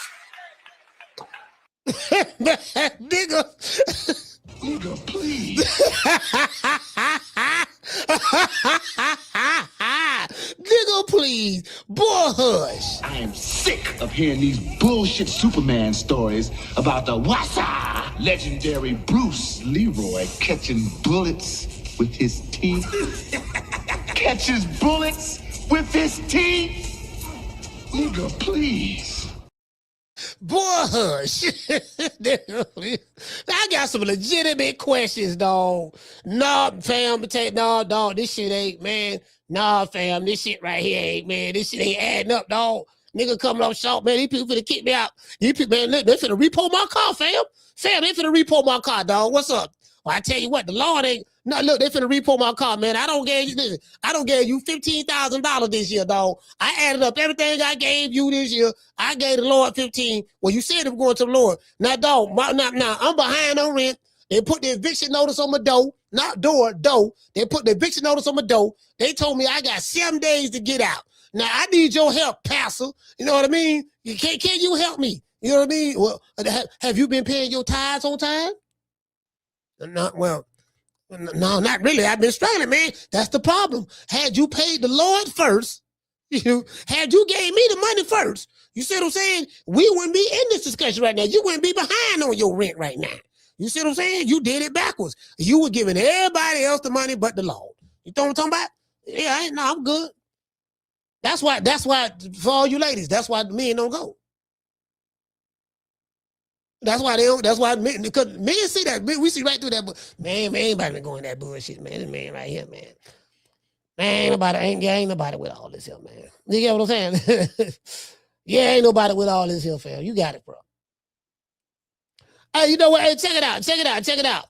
Now, doggone, Vergil Ortiz, it ain't no telling how long he gonna be out. And then Boots Ennis, he's gonna have to move on. He can't stay. He can't stay right waiting on this dude. Like he said, that was in November. He pulled up on Vergil. And, this been 4 months now? Yeah. This is March. About this is going on the 4th month. So, yeah, this is March. So, yeah, man, he got to move on. Now, who is he going to fight? I have no idea. Now, he does. I think he got Kelly over there. However, can Eddie Hearn make Kelly fight him? I mean, both of them are matchroom fighters, but he need a name, bro. You know what? At this point, he need a name. He probably should just go ahead and fight Jamel Charlo. At this point, go ahead and fight Jamel Charlo. You get what I'm saying? At this point, I think that's what he should do. But okay. They're trying to get. They don't got another one. Hey, they don't got another one, y'all. They don't got another one. My main man. No cereal with the cane, the powder, no milk, waffles, no syrup, jelly, no jelly, nothing. Oatmeal, no sugar. Oatmeal, no sugar, nothing. I ate cereal with the cane, the powder. Yeah, hey, I ain't gonna lie, boy. Hey, Carla, hold on. I ain't gonna lie. I ain't gonna lie. Hey, that shit be bumping. That shit bumping, boy. Cause I got James Brown. Well, I got the JBs. That's who came out with it, the JBs, James Brown's band, featuring James Brown on that song. But yeah, that right there, yeah, I ain't gonna lie. That shit be, cause I be playing that shit at the gym. That shit be bumping. Carla, what's your name? Where you calling from? Jamie from New York. Jamie, talk to me. Yes, sir. Coach, let me tell you what the problem is with these two clowns. Not only they were ducking each other, we all know that, but boxing fans also lost faith in them too. You know, them going back and forth, nobody believes them anymore. I know I don't, you know, but and this shit with Vergil Ortiz suing the promoter to get out the fight, I'm starting to believe it, man. I'm starting to believe it. Oh, these motherfuckers today, they say anything to not get in the ring. It's just new. I never heard it before. It's just a new one for me. You know? Yeah.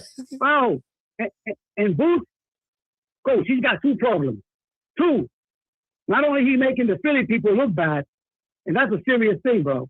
Boxing for them is you know, they take boxing serious. Man, bro, they got to shake this boy, you know? And also, the man will fight out of Philly, bro. That's another problem. Real talk, Coach, as far as I'm concerned, some people in Philly think he's a hype job. You know, 3 fights ago, I was in Philly. I saw people sleeping in the arena, bro. He was playing with his food. 35 fights in. I can't name 3 fighters he fought, bro. I can name 3. Lima Bean, Karen Chugga, and David Avocado. Thank you, Coach. Bro, I don't even know their motherfucking names, for real, bro.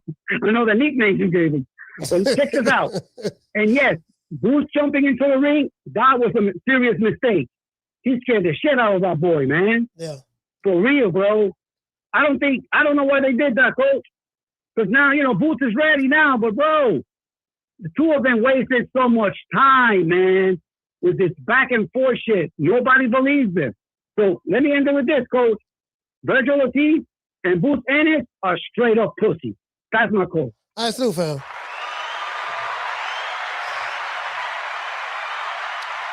Nah, you know what I see the issue is? I think both guys, Vergil Ortiz and Jaron Boots Ennis, they should have cut out the middlemen and just dealt directly with each other. Because Vergil Ortiz's team and manager works for him. And vice versa. However, I cannot reiterate, this fight can happen right now today. All Vergil Ortiz got to do is accept the contract offer that Oscar De La Hoya have on the table for him. Look, I'm your promoter. I'm contractually bound to pay you these $3 million plus or whatever. Take this contract. The manager, from what he's put out there, is the one that they want to get paid, you know, $9 to $10 million. He said $10 million at one time. He said, if you ain't talking about $10 million, don't even come to us. He said that. That's on his Instagram post. That's what Rick Mirigian said. So he went from the $3 million that they normally get paid to now he want $10 million. You get what I'm saying? So at the end of the day, the fight is not happening because of Boots, because Boots playing around and stuff like that. The fight ain't happening because Vergil Ortiz do not want to fight Boots for the contractually binding or whatever, the contract that Oscar De La Hoya got for him to pay him. He want more money. Now, if I'm going to fight him, I want more money. I don't want the same kind of money you paid me to fight Harrison Lubin. I'm going to need a little bit more for him. So this is why Boots fans and Boots team is saying that, look, this guy is going out of his way to not make this fight happen, because it appears that way now. Because it's not that the fight can't happen. It can happen right now. It's the fact that Ortiz don't want it to happen because of the money that Oscar is offering them. They don't want that. You want to know how I know? Oscar De La Hoya said don't clap back Thursdays. As a matter of fact, I'm going to show it to y'all. I got so much saved here. Oh, it was a while ago. I have a lot of stuff saved here. It was a while ago. He said it. He said, because he talked about, he bragged about how he won the litigation and all that stuff there in the court and all. He said, talked about how he won all of that. And it's on here. I got it. I'm looking at it right now. I got so much stuff saved on here. Yeah, I got so much stuff. Oh, I see old Unc right there. Unc. Yeah, man. Unc, the old Tenderdism. How old Unc doing this thug thizzle? Hold on. I got so much shit saved over here. Boy, I got so many damn receipts. I ain't gonna do that. I ain't gonna do that. Y'all seen that one though. Y'all seen it. So let me go right here. This what? Who this is? That's Clarissa. Oh, speaking of Clarissa. Lord have mercy. Oh, I hate to do it. I do. I hate to do it, but I have to. You get what I'm saying? Hold on. Let me see. Can I pull this up? Where is she? Where is he? Oh, one of my favorite comedians of all time, Don Rickles. He could not be alive in this era. Clarissa, we did the show the other day. Clarissa said that, and what she did on Shannon Sharp's show, yeah, you know, I honestly believe that this dude took the pad out of his gloves and all that stuff there, and somebody said that, wait a minute, you hitting a lot harder than you normally hit, and I was like, what do you mean by that? And then after I got knocked out and woke up and got up, I really got knocked down. I didn't get knocked out. I think she was out for like about 5 seconds. About a good 3 seconds, she was out. She had one of them Tyson Fury knockouts. She was like, and then the guy didn't show her on the camera because she was staggering a little bit. You can see her staggering a little bit, getting up, but that's okay. So the trainer, he said, I'm tired of this shit. And he showed some more receipts. Let's go over here. I am Derek Santos. This is the trainer who she said took the gloves from Roberto Duran or something like that and took the padding out, and this is the trainer of the fighter, the guy who Rolly Romero knocked out, who knocked her out. You know, this is the trainer. His name is Derek. His name is Derek Santos. Let's get it. So unfortunately, we're back at this nonsense propaganda by Clarissa Shields about me cheating and taking padding out of a glove and all this nonsense to spar her or to get the better of sparring her. Mind you, she's being coached by a guy I worked for as an assistant for many years and was one of my coaching mentors who I have nothing but gratefulness and appreciation for, right? You heard what he said? He said, she accused me of doing something nefarious. Mind you, me and her trainer, John David Jackson, have a great relationship. Not only that, I worked for him for years. He's my mentor. Laying the premise, why would I have my fighter take padding out of a glove of a female who's been trained by my mentor? I digress. Let's continue. They called me at the last minute, an advisor that was associated with their team, to try to find girl sparring or small guy sparring. I had a small guy. The first day, he didn't have his 16-ounce gloves. Remember, it's last minute. So I told him, just grab something out of the closet from the amateur program. And he grabbed a pair of those safety Green Hill gloves, which we all know that no decent amateur or even professional has a pair of those. But anyways, they sparred. In the sparring, I have one round of the video, which she claims that she whipped him. You can see clearly yourself what happened. She said, yeah, I whooped him, dog. I whooped him. I got in the ring with a man and I whooped him. You want to know why? Because I'm the gwat. Yeah, how she roll her neck? How she roll her neck? Because I'm the gwat. I whooped him. I beat men in the ring all the time. Ask the men I be fighting. There. They shook hands, whatever, after, took a picture together, apparently, after all that, right? The second time. He said they took pictures together and everything. That was the first time. Now he's going to talk about the second time. They sparred. He goes to spar. He brought his 16-ounce gloves. And the gloves that she claims that I said, the Roberto Duran, I wish I knew Roberto Duran. Never met Roberto Duran in my life. So he said, look, she said, I got gloves from Roberto Duran. That's a lie. I ain't never met Roberto Duran. The man ain't never met Roberto Duran.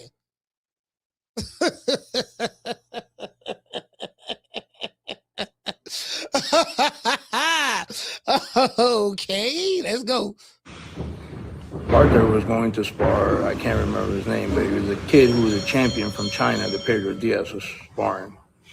And down there, a lot of guys had the Mundo boxing gloves, the 16-ounce gloves, and he asked for a pair and they gave him one. Simple as that, right? Those are the same gloves he used a lot of times up here sparring other people. She has a main ally who claims that during sparring he felt he was being hit harder. Well, I'm not gonna say that guy's name. Let's just say. Okay. Well, let's just say, man, he was hitting me harder than he normally hit me. That's because he wasn't holding back more than he normally hold back next time. That he'd always did. Just because he hitting you harder, don't goddamn mean goddamn. Yeah, dog, he had air weights in there. He got the same air weights that Tyson Fury had when he beat Deontay Wilder. It's the same air weights, dog. He took the padding out and they put the air weights in there. True. Boy, you can't make this up. He didn't get the better of any sparring, according to people that were working with him for that camp. The same people who stopped working with him after that fight, right? In the video, you can clearly see the second day, which is the third round, mind you. So if you had been sparring someone with no padding, you didn't feel it for 3 rounds. The third round. So he said that was the third round. Wait a minute, yeah, he never took padding out. So you didn't realize the padding was out until when? After he knocked you out? Yeah, I ain't really realized it till then. Then I went to my car and got the knife because I knew what time it was. He said she tried to stab him. Man, she tried to take me out. She tried to stab him, dog. She tried to stab him. Like, for real. He talk about all that. You can see where I'm telling him, gotta back off a little, work to the body, blah, blah, blah, just work. And I forgot to bring this point up. Let us not forget. She came to the gym a month later, to my gym, to watch Andrade train. And I graciously put a seat out for her. He said she came back to watch him train. He graciously pulled out a seat for her and let her sit down and watch the training. Despite what happened, and let her stay in the gym. He said despite what happened, he let her come and stay after what happened. And watch the training. And let us not forget that she literally was trying to have somebody stab her, which she has admitted on video before in other interviews. He said, shit, I'm trying to stab him. Why would you try to stab a man? I mean, you can beat a man. You don't need to stab no man. You can whoop a man. You don't need no weapon against a man. You can whoop him. You the gwat. Oh. So we're talking about a person not only has misconstrued all the facts of the story, but was also planning premeditated stabbing of me, attempted homicide. That's your girl. Now this is the sparring match. They showing. I think they're showing a couple of different days, right? But y'all check this out. This dude is clearly holding back.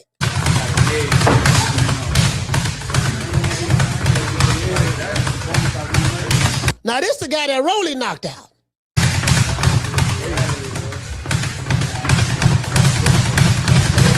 He taking it easy on her.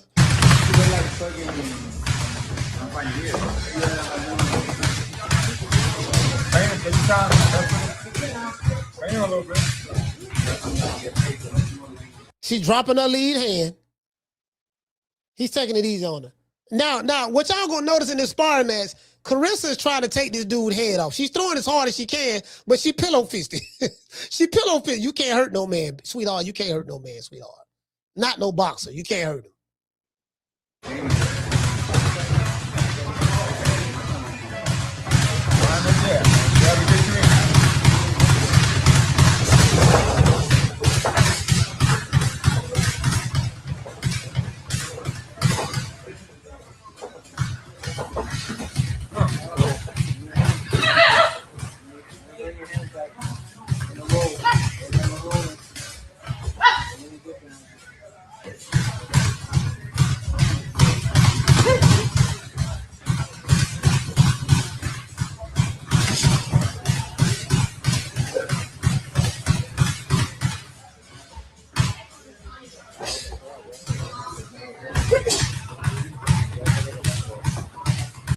Yeah, I don't see anything that she gonna hit this guy with that's gonna hurt him to the point that where, as I said before, like if she was to fight Roland Romero, how you gonna keep him off of you?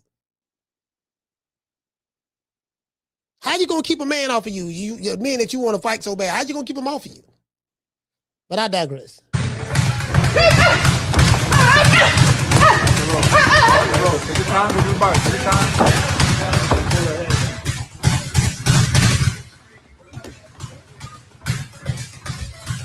She holding him. She holding him. She got to let him go.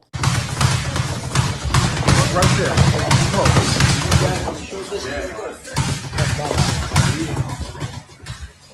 Look at him. Fire the hook off on him. Look close. Look close. Give it back. Get out of here. See, like she leaning all in, like you get what I'm saying? Like you Roland, what you think Roland Romero gonna do to you, fam? This guy's not even hitting her hard.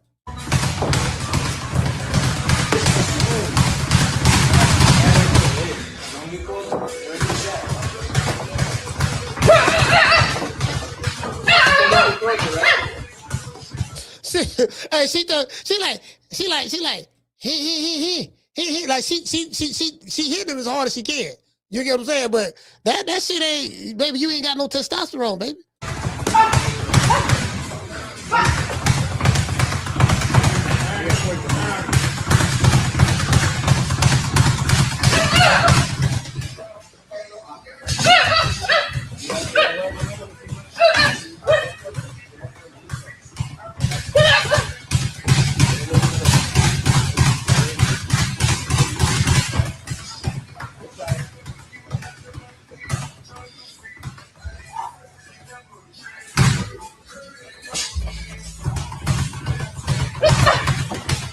Nice uppercut. Nice body shot. Left hook to the body. Uppercut again to the body. Yeah. Now this is another day right here. They hold their breath. Yeah. They're trying to throw everything that hurt somebody. That's not the point. He says she trying to throw everything hard to hurt somebody. That's not the point of sparring. You're not supposed to spar like that. James Toney used to spar like that. You're not supposed to spar like that. Sparring is just for learning and training. You're not really supposed to be going at each other real hard and sparring. That's not what it's for. All the old school trainers that I've spoken with, all of them, they told me the same thing. Good. All right, let's see what's up. What you got going on? Don't square. Square your head. Okay. It's the same guy. She's sparring him again on a different day. Left foot got blocked. Good left hook, though. Okay, see what she got.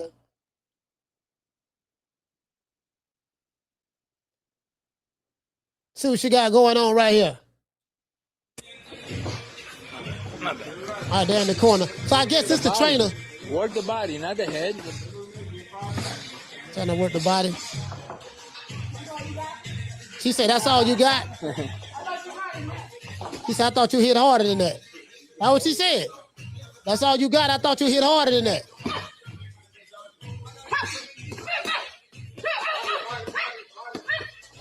There you go. She hit him as hard as she can. She hit him as hard as she can. But, Or you just walking up without no jab. You got a jab. No, hold her head. Don't hold her head down. Oh, guys. Oh, she got him in the head. Let's go break. He held her head down. Now she got him in the headlock. But they're gonna be tied. They're gonna be tied up for a little bit. They're gonna be tied up for a little bit, I guess. Come on. Hey, come on. I guess he's trying to get him separated.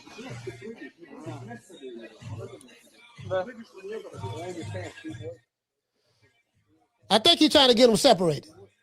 Cause it's like this for a little bit. It go black. Then he got the phone. Look like he got the phone down. Okay, he's picking the phone back up now.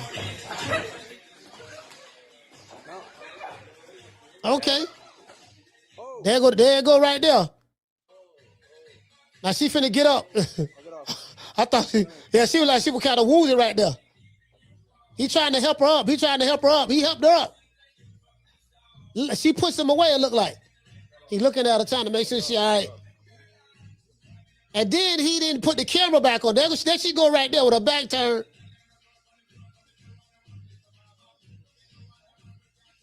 Her ego probably hurt more than anything. He said, just walk it off. Then they go back to sparring again. He didn't even hit her hard, bro. He not.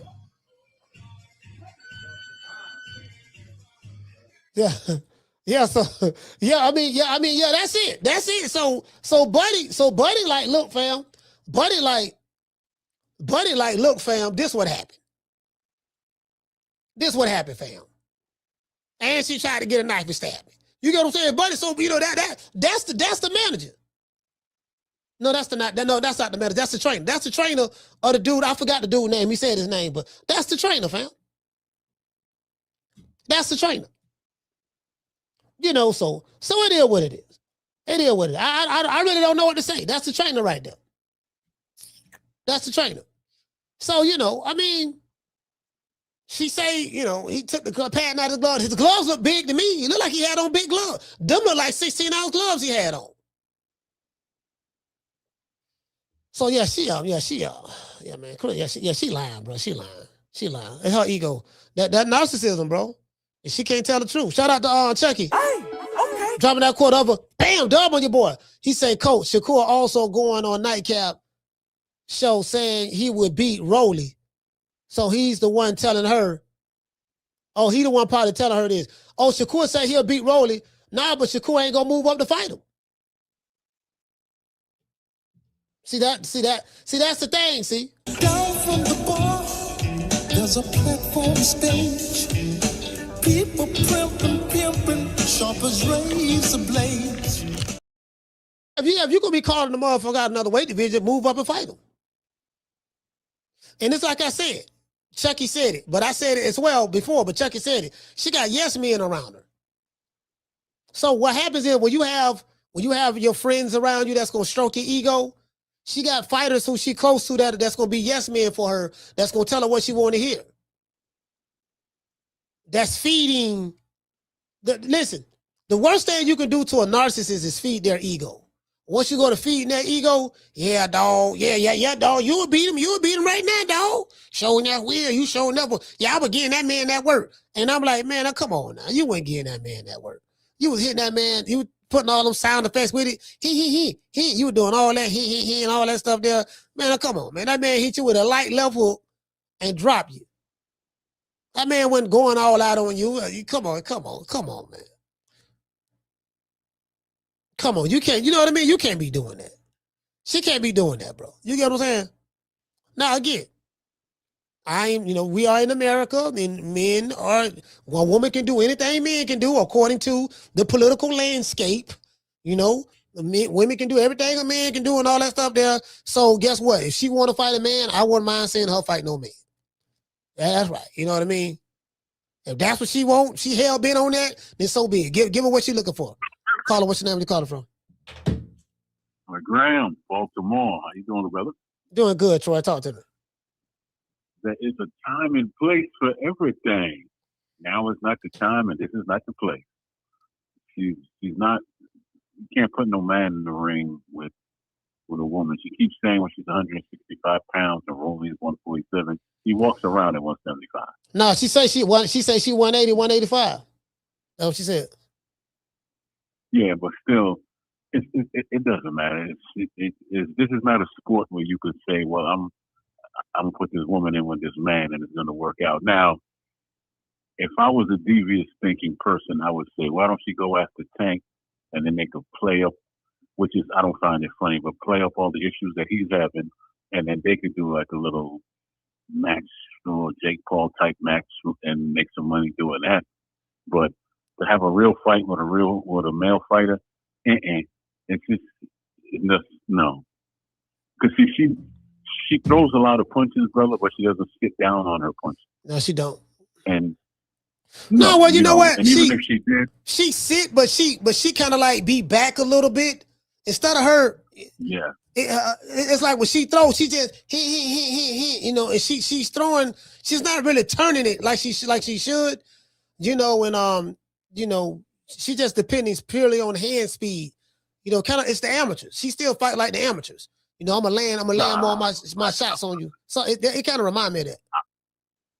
I was gonna say just that before you got to me, but and Rolly said it best when they asked him, you know, about the fighting her and if she could beat him. He said, yeah. Well, if she says she could beat me, she's gonna beat me. He's never gonna answer her back, and he's never gonna get the war of words with her. He's not gonna fight her. Yeah, but take care of yourself, good brother. I'm proud of you. All right, salute, fam. Shout out to Troy. Baltimore, stand up. Yeah, man, you know, give her a tough ass what she want then. I'm like, shit, because you got women out here we trying to protect. You know, we got women out here we trying to protect, man, from getting, you know, from women beaters, but you want a man to beat your ass? Okay, so goddamn be it then. Give her what you want. Give her what she want, bro. Girl power, black girl magic. Give her ass what she want. Give her what she want. See what I'm saying? I know what I just saw just then. I'm like, well, shit, well, you ain't got to worry about Rolling. You got to try to whoop this dude. You know what I mean? We know, you get what I'm saying? Shit, you was out by 3 seconds. And you got up and, you know, you got up all woozy and stuff. They had to take the camera off of you. Listen, the trainer had so much respect for her that when she got dropped, he didn't want to show her no more. He didn't even put the camera on her to show how she was reacting. Now, somebody got that video. Somebody got another angle of it. Because that was another guy that was recording too. We need to get that angle. But yeah, he was so respectful, he didn't even want to show from his phone what you was looking like after you got up. He didn't even show it from his phone. He better than me because I would have showed everything. He way better than me. I'm like, God damn, she got dropped. And when she got up, then she would have been wobbling doing the stanky leg. I would have showed when my fighter was trying to help her up and she kind of like pushed his arm away or whatever the case may be. She did that. You know, I would have showed all that. No, hell no. You get what I'm saying?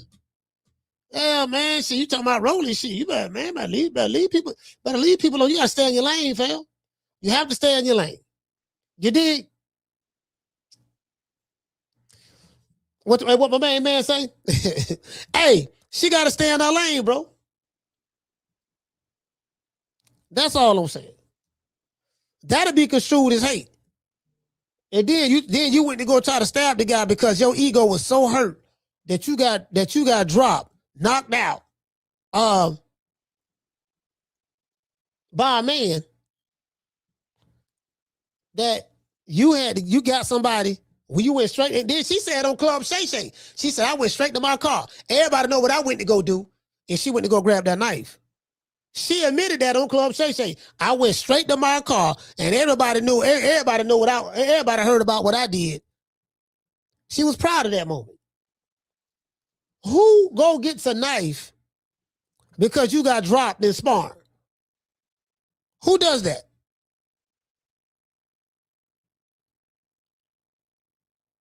Who does that? Who pulls out a knife because you got dropped in sparring? Who go get a knife because you got dropped in sparring? You talked all that tough Powerpuff Girl shit. Motherfucker knocking your ass out in the ring. And then you get mad, want to go get a knife and stab some goddamn body. Come on, Clarissa, do better. Carter, what's your name? You call it from? Chucky from Louisiana, coach. Louisiana, what your name is, brother? Chucky. Chucky from Louisiana, talk to me. Yeah, man. I think it's Shakur filling her head up with that because he was on after watching the nightcap show. I think it was last night or this morning. I watched it. Yeah, he going on the show saying that if he was in her corner, she would beat Rolly. If he was in her corner, being a man coming from a man. Yeah, he the one putting that in her head. That's him. Because when she was on the show trying to explain that to she sounded just like Shakur. Talking about the skills and he wouldn't be able to hit her. Nah, that's cap. And the Vergil and go ahead. Say what? No, go ahead. No, go ahead. Go ahead, brother. Sorry. Yeah, but on a Boots and Vergil situation, man, everybody, it's clear to see. Vergil was the duck the whole time. A lot of people thinking Boots duck, but I think Boots was just trying to, he was just trying to get a unification fight at 47 before moving up, because he probably would have felt bad, like spending his whole career at 147 and not get a title the right way, because he was emailed. And he even said it in a lot of interviews where he just feel like he was emailed a belt he wanted to fight a real champion for before moving up. So, as a fan, you got to respect that. Because you don't find no fighters that like email champs and they want to go get it the right way. I ain't never seen it. But yeah, that's my take on that. All right, but shout out to Chucky, man. Louisiana, stand up. Hey, look, hey, look here, man. Hey, so, doggone, so they say, what they say? They say, Shakur Stevenson is the one that's gassing her head up with that. Yeah, man. I listen, boy. I'm trying to tell you. Hold on, I want to show y'all something. Y'all want to see some girl power? I'm finna show y'all some girl power. Shout out! I'm finna show y'all. I'm making mockery of this. To be honest with you, it's very, very sarcastic right now. It's satire. I'm making mockery of this, right? Somebody sent me this video. You got 3 trained women from the Army are having a tug of war against 3 teenage boys.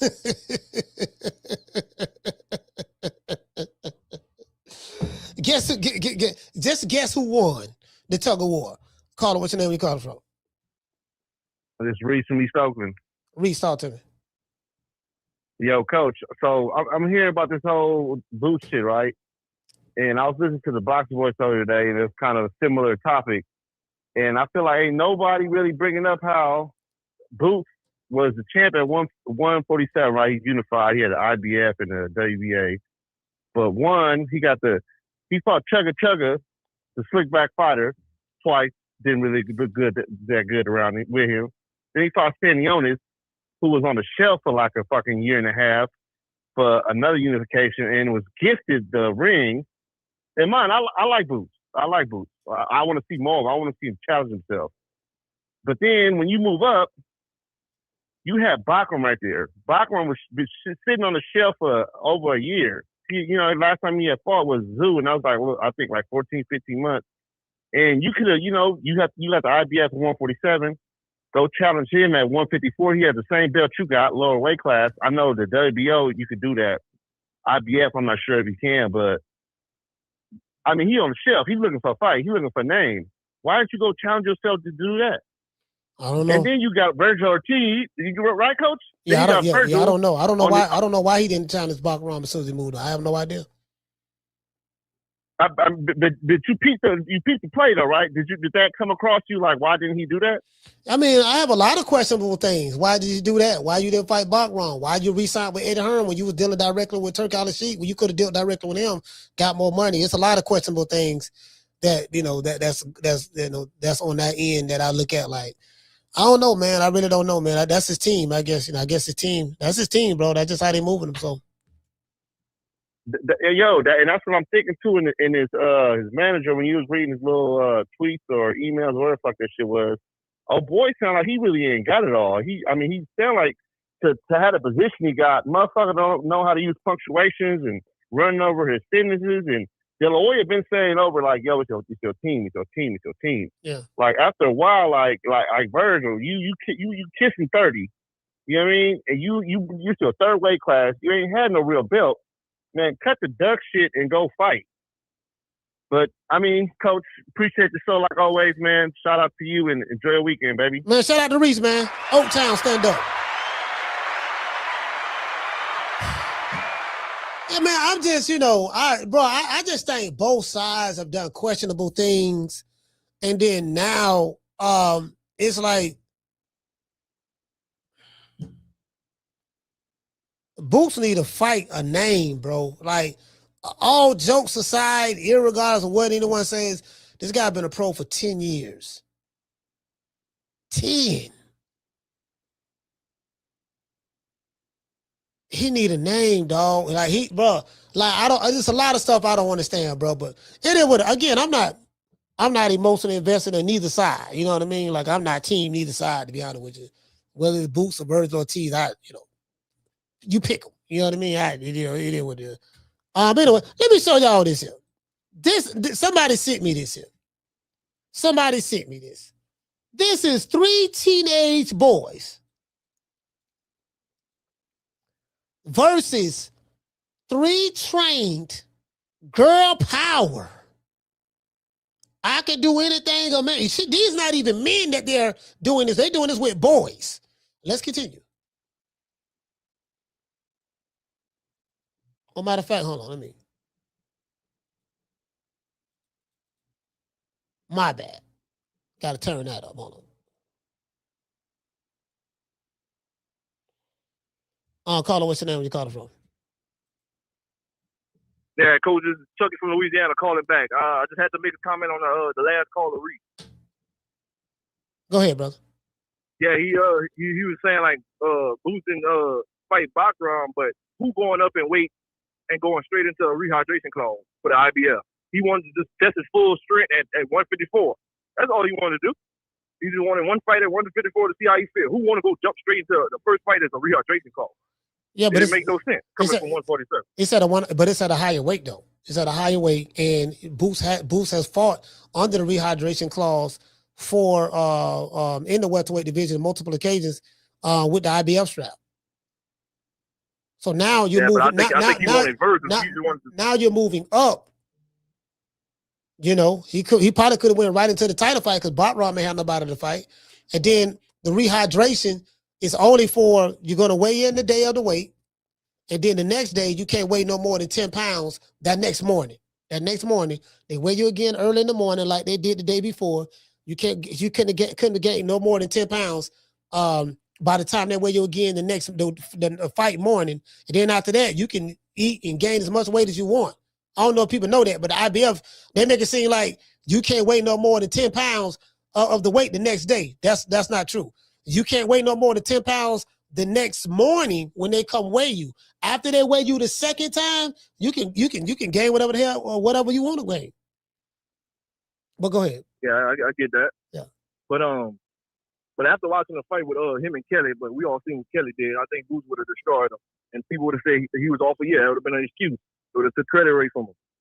But that's all I wanted to say. All right, salute, fam.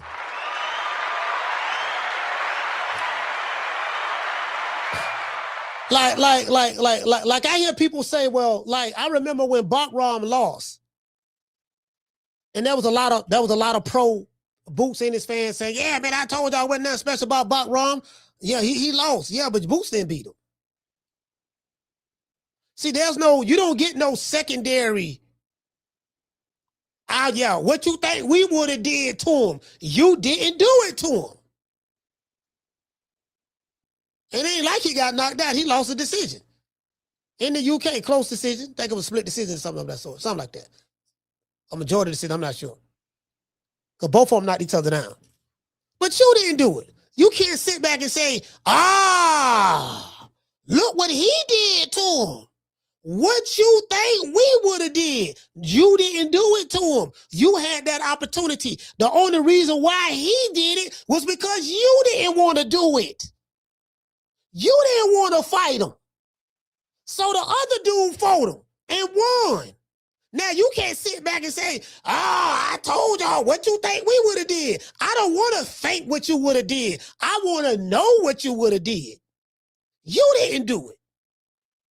You can't claim fame off what another nigga did. Can't do that. So, you know, just got to throw that out there. That fight was there for him. Let's see what's up. 3 trained Army women versus teenage boys. Look at her. She look kind of muscular. That girl power right there. Feminism running all through her veins. See sister girl right there. Okay. And I see this chick right here too. Let's go. Guys, who's your strongest person? Everybody's looking at you, Luis. Okay, first up, it's going to be Charlie and Luis. First team to 2 points wins. When I say go and let off the rope, Charlie has to pull Luis past the box, and the ladies win, and vice versa. do it. 3, 2, 1, go. Charlie kind of fine. Pull, Luis. Oh, don't pull that snow bunny like that. Don't pull that snow bunny like that, Luis.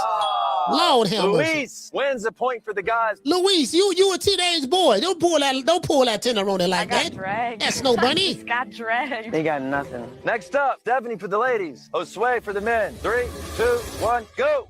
Go. Oh, this is gonna be even. Josue. No. Josue. Why he Are like you allowed that? to do that where you go like this with a rope? Bro. Can we do that? No, I'm Yeah, serious. You can do whatever You can do that. Okay, I didn't know whatever that. you Let's do it again. A little You slippery. want to do it A again? little bit. Okay, go again. We'll go again. 3, 2, 1, go. Body weight. You got it. God damn. Josue. Okay, damn. I hate this event. That's what's happening. Screw tug of war. That's what's happening. 2 points for the guys, earning a point for event number 5. Next All up, right, event number all right, 6, that's bugle nope. sticks. Your job, your strongest person. Yeah, well, you know, I mean, you know, it's, it is what it is. It is what it is. You know what I mean? That's all I'm saying. It is what it is, fam. Yeah, you know, so. Yeah, that shit. Yeah, I'm trying to tell you, fam, like, you know, look, man, just stop, man. Just, you know, just stop it. Just stop it. That's all I'm saying. Rick Mirigian. They over here. You see what's going on? Y'all see what's going on? I'm looking at this post, right? And bro, it just back and forth with the 2 different fan bases online. Me personally, I love it. I love it. I love seeing fan bases go at each other. I love that shit. I ain't gonna say a lot to you. You get what I'm saying? I love the shit. 'Cause the shit is very entertaining. It's entertaining to me. Hold on, hold on. What my main man Edgar Belanga at, man? I don't like the fact. Wait, what Jamie at? Jamie. What my dog? Hey, Jamie, look here, man. Look here, Jamie. Check this out, fam. You see the Puerto Rican assassin right here in the middle of the projects getting ready to go to a bodega? And when he got the chinchilla on, look like he got, what is that? Look like a fox. Got the fox on, rabbit. Is that a fox mixed with rabbit? Look like he got a fox mixed with rabbit. And then doggone, you get what I'm saying? Nobody in Brooklyn got this. Nobody in Brooklyn. Let's go right here. Let's see what the people talking about. Anybody, let's see if anybody hating on my dog. Let's see if anybody hating on the Puerto Rican assassin. Anybody hating on my dog. Let's see. He said Chris Eubank just lost every round of Conor Ben. All right. This guy said Eubank just lost 120, 106 his last fight. Yeah. He said getting stopped by a super middleweight Hamza Shiraz is nowhere near as bad as they look getting dropped multiple times. Oh, so he's talking about what happened to Conor Ben. Nah, I think I disagree with that. I disagree with that. Even though Chris Eubank lost the Conor Ben, the Hamza Shiraz fight was worse. I think that was worse. The Hamza Shiraz fight was worse, fam. Cause it was, Edgar Berlanga had his face down, ass up. Fat Joe and the Terror Squad had to walk them out. Fat Joe and the Terror Squad had to walk them out. Where's that? Let me see, can I find that? Let's see, can we find, let's see, Reverend Pork Chop. Hold on. What you say? You think other fighters should do the same. Tell me, what do you think about like rehydration clauses? Okay, that definitely ain't talking about rehydration. Let's see, where's Pork Chop at? What Pork Chop? Where's the fight? I need to find that. I need to find that one. Doggone Edgar, man. They got this one, man. They clowned Edgar Berlanga, dog. They got Edgar Berlanga. Hold on, what? Edgar Berlanga. Oh, wait a minute. What? Y'all see this? The Puerto Rican assassin said that Hamza Shiraz had something in his hand wraps. And the Shiraz, like, which one, like, if they fought, who would you like think would win? Because Shiraz is a bum. Shiraz had what he had. You said what, brother? Shiraz is a bum. He said Shiraz is a bum. Shiraz will beat him? Yeah, no, Shiraz is a bum. Oh, he's a bum. Nobody want to fight that bum. But he said nobody want to fight that bum. Oh, he a bum, huh? He said Hamza Shiraz. Hey, Jamie, he said Hamza Shiraz is a bum. But you don't think Canelo But this bum is taking the easy matches. Fight another bum. would win, or you would? Yeah, Canelo won. I'll beat him too. He had that suspicious hand wrap. He said he'll beat him too. He had them suspicious hand wraps. Hey, Akila, he talking about something. He'll beat Hamza Shiraz too. But Hamza Shiraz had them suspicious hand wraps. Boy, I'm trying to tell you, boy, between Deontay Wilder, Clarissa Shields, and Hamza Shiraz, boy, we got glove gate all over again. Yeah, so that is true. With people, the rumor, like, he has shit in his Nobody want to fight that he right fake. he has shit in his glove or what? Look at the look on his face. Now he talking about something. I don't know, nigga. You know he had that in his glove. He had some melatonin. He had some melatonin from the UK in his gloves. And hey man. See, that's why Jamie don't like him. Making Puerto Ricans look bad. This right here, making Puerto Ricans look bad. I felt like a Puerto Rican in this hair. I felt Puerto Rican. Y'all know I loves me some Puerto Rican. I felt Puerto Rican in this. Rican. Yeah, man. Wait, hold on. What's he talking about? Oh, hold on. This dude right here on TikTok. Hey, this dude right here. Hey, y'all check this out. Clarissa Shields is the greatest woman boxer of all time. She negative diffs, one shots, all female boxers in boxing history. It's not glazed, it's just fact. Yeah, nigga, all that being said, I have Rolly Romero by felonious assault, decapitation, castration in the first minute of fucking round 1. What the fuck do you mean you gonna whoop Rolly ass and we don't know shit about boxing for disagreeing when the nigga that Rolly whooped beat your ass? What the fuck could you mean? This nigga threw the laziest check hook that we've seen in human history, and you said he had rocks in his gloves. It's gotta be the same rocks that you were smoking to think that you beat Rolly Romero in any form of physical combat, especially boxing. Clarissa, you the greatest woman boxer of all time. When is the last time we've seen you knock a woman out? I don't hear crickets. I hear rats pissing on cotton, nigga. Because he said, I don't hear crickets. I hear rats pissing on cotton, nigga. He said, shit.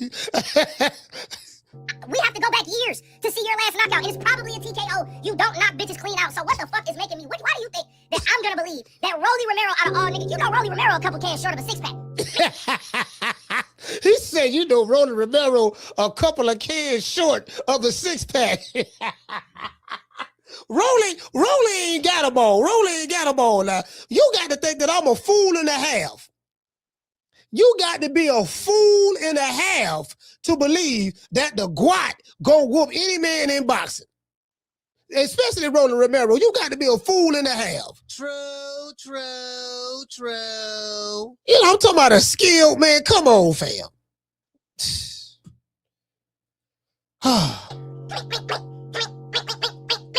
He's going to beat the shit out of you. He don't know how to pull punches. We all seen this. Rolly Romero is throwing full power punches in the first seconds of round 1. We've all seen him do this shit. You could have at least picked somebody that's got 10% less CTE that could cognitively figure out how to spare you. Like, Rolly is gonna beat your ass. Hey,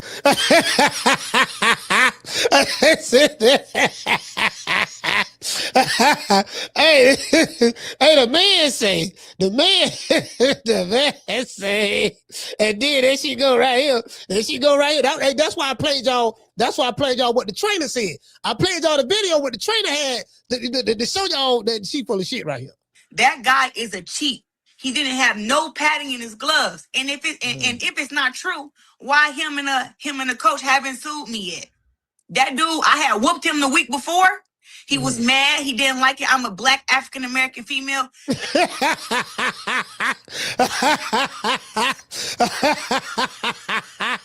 They don't value women in his country, and they definitely don't value no damn black woman. His coach gave him some worn glove that he said he got from Roberto Duran as a gift. No. The man just debunked all that. The man just debunked all that. He said, look, man, this man, she just made that. She just lying, bro. He debunked all that. But I digress. This is what the man said. Derek Santos, the coach. The glove. I just played y'all what Derek Santos said. She's lying. Had 0 to no padding in them, and he caught me with that hook when we sparred because he wanted revenge on the week before when I tapped his ass. So he caught me with that hook because he wanted revenge. No. Did he catch you with the hook because you did not defend against it? That's like saying that was the same thing people talking about Ryan Garcia and Devin Haney. You say Ryan beat you because he had the Ostarine. Okay, but why? Okay, was the Ostarine the reason why you didn't keep your right hand up to block the hook? Was the Ostarine the reason why you kept dropping your hands? Was the Ostarine the reason why you wasn't bobbing and weaving, getting your head off the line? How did the Ostarine affect your performance personally from a defensive standpoint? So she's saying that, he caught her with the hook for get back because she whooped him up last week. Okay, why you didn't block it? If you would have blocked it, you wouldn't have got dropped. But I digress. Now, this is the thing, right? He sparred me and another guy the same day. Anytime I go to the gym and I'm sparring rounds, getting ready for a world championship fight, I spar 2 different men. I always done that. I'm always the one standing in the ring, staying fresh. He sparred that same guy, and I was standing there confused. It's my first time ever getting dropped. Been boxing for. Well, tell you what she said. She said she was standing there confused. See, this what happened, right? You know, when you get knocked out, you be confused. All your marbles ain't there. You ever got knocked out and then wake up and you be feeling kind of lethargic? That's what happens when you get knocked out. That's what happens when you get concussed. You be confused. Things ain't, you kind of discombobulated. You kind of discombobulated. That's what happened when you get knocked out. You ever been dazed before? Anybody in the chat has ever been dazed? Have you ever been dazed before? What happens when you get dazed? You be dizzy, you be seeing stars. It take you a minute to try to get your wit of yourself. That's why you was, that's what happened. That's what happened when you get chin checked. You get what I'm saying? Just gotta throw that out there. Since I was 11 years old, I've never been dropped before. So I'm curious on how this dude dropped me, right? So I'm watching him and this dude named Harold Kadarin spar. Oh, wait. That's 111. She said, I'm curious to see how this dude dropped me. That's what she said, right? She said she curious. Okay, I'm finna show y'all. I'm finna satisfy her curiosity right here. Black woman. His coach gave him. That's how he did it. Let's go back, look at it again. I'm curious to see how the dude dropped me. That's how he did it. His coach gave him some worn glove that he said he got from damn black woman. His coach gave him some worn, don't value women in his country, and they definitely don't value no damn black woman. His coach gave him some value women in his country, and they definitely don't value no damn black woman. His coach gave. Okay, so she said, I'm trying to wonder how he dropped. Okay, that's how he did it. Now that's how he did it. I just showed it y'all. That's how he did it. Right after me and him got done, I'm watching them spar. And Harold said, you wasn't hitting like that last week. And I looked and I said, what the fuck you meant by that? He wouldn't hit like that last week. So basically what Harold was saying was, look, you were taking it easy on her last week. Now this week, you kind of hitting her a little bit harder. But last week, you were going easy on her. That's what Harold was saying. It don't mean there was not anything nefarious going on. You dig? True.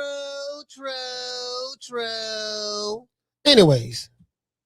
When they got done sparring, I walked to him and said, "Hey man, good work." I hit his glove, and I can tell you, it was no padding in there. My coach, Coach John David Jackson, was there.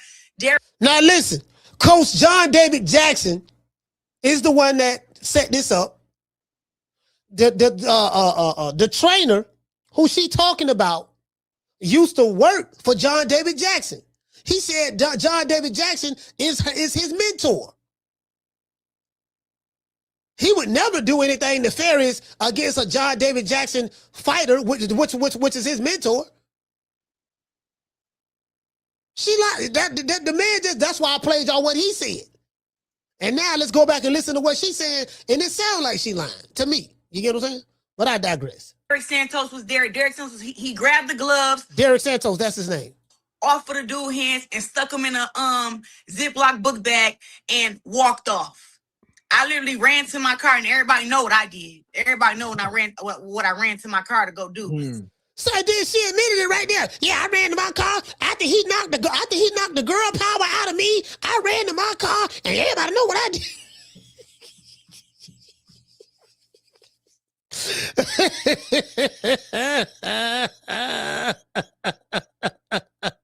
Yeah, dog, ran to my car, dog. I had to go get the butter knife. Dog. But I learned the valuable lesson. When you sparring against anybody, check their gloves. I never was that. She said, I learned a valuable lesson. Don't get in the ring with a man talking shit.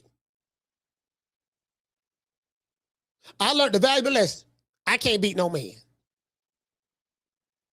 It might be some men out there I can whoop, little skinny motherfucker, whatever case may be. But other than I'm saying, me being a boxer, he being a boxer, I can't. She didn't learn that lesson. That ain't the lesson she learned. My lesson is, I got to check his gloves.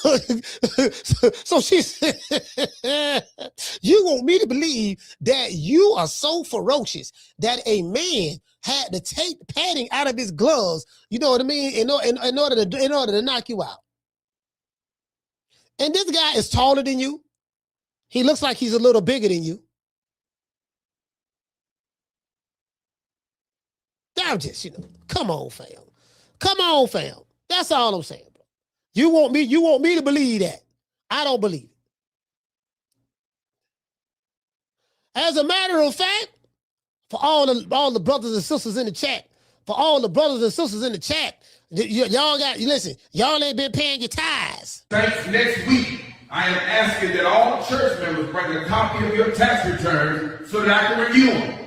I'm going to put a stop to some of y'all playing in my face during tithes and offerings on Sunday morning. Amen. It's tight, but it's right. Saints, next week, I am asking that all church members bring a copy of your tax returns so that I can review them.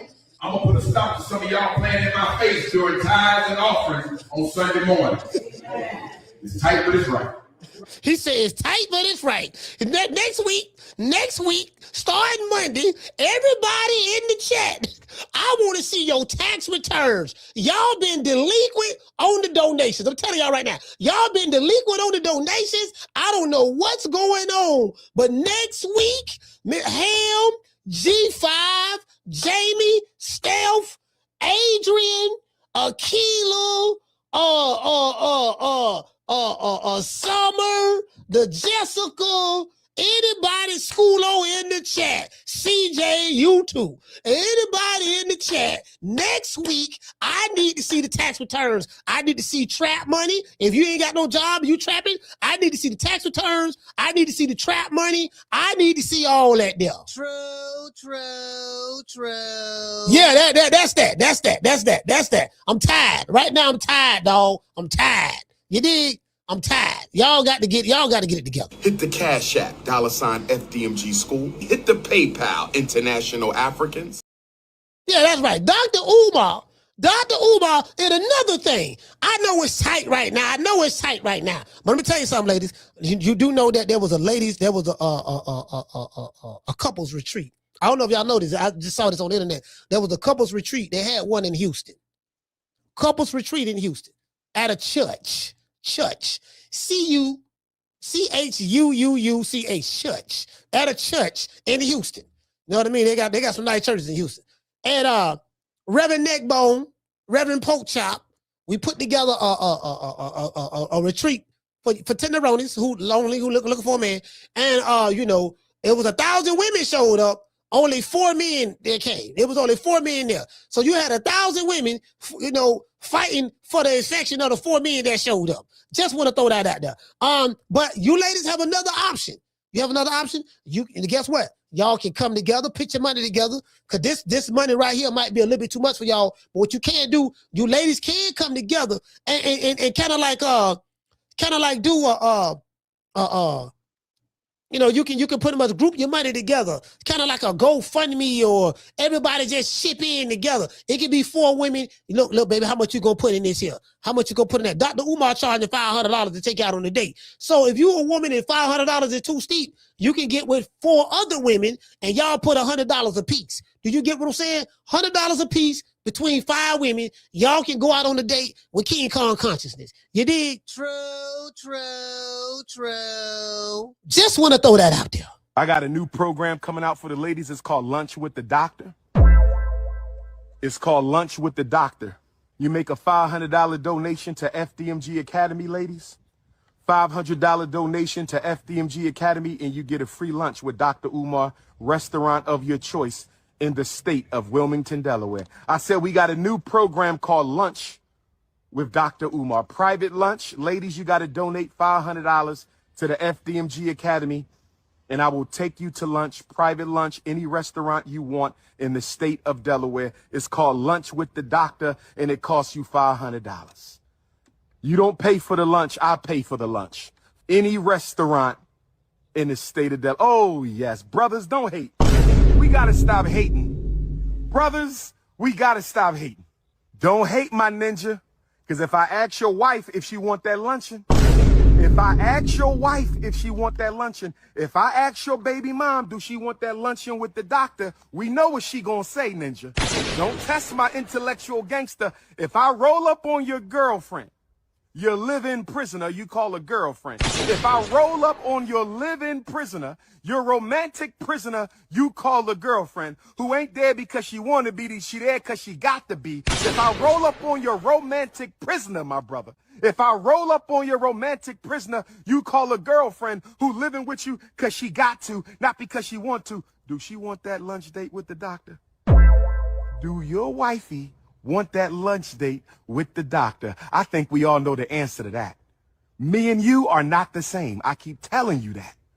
Me and you, we not the same. You not 6'3", dark chestnut cocoa brown with the North Philly beard. You ain't Leo King, ninja. You ain't Pan-Africanist #1. Nobody flying you to every continent to hear what you got to say. Only me. Don't make me take my t-shirt off and turn into King Kong right now.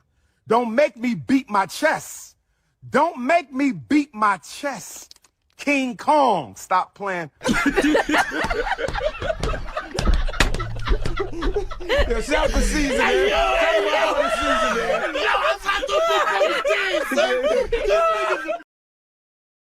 You know, it's gonna be kind of hard. You know, if I'm a lady, I'm just saying, if I was a lady, all right, I'm not, but if I was a lady, it'd be kind of hard for me to date a nigga named King Kong. Nigga, you named after gorilla. Nigga, you named after old gorilla. What would make me wanna? You know, if you're a woman, he named after old gorilla. What would make her wanna holler at you? You King Kong, baby. I'm 6'3" with the North Philly beard, chestnut complexion. You know what I mean? Okay, look, okay, look, baby, look, check this out. I'm 6'3". I'm taller than the average man. I'm 6'3", 275, North Philly beard. These are what are your qualifications? Okay, I tell you what. All right, okay. All right, I got a sister. Let's say I got a sister, right? My sister want to go out on a date with Dr. Umar Johnson. Okay, cool. All right, so I got some questions myself. Hold on, we got a super chat. I'm gonna get the super chat. I got some questions myself. Okay, cool. Okay, my sister, she dark skinned. She want to holler at you. And I got a cousin that's light skinned. They want to holler at you. Okay, cool. All right, so what are the benefits of my sister going out on a date with you? He said, okay, for one, I'm 6'3", Okay, she do like I'm tall. All right. I have the North Philly beard. You know, she got a North Philly. I don't know. North Philly. Okay. North Philly beard. All right, write that down. I don't know how that's relevant, but hell, it got to count for something. 6'3" North Philly beard, chestnut complexion. Okay, you got a chestnut skin tone.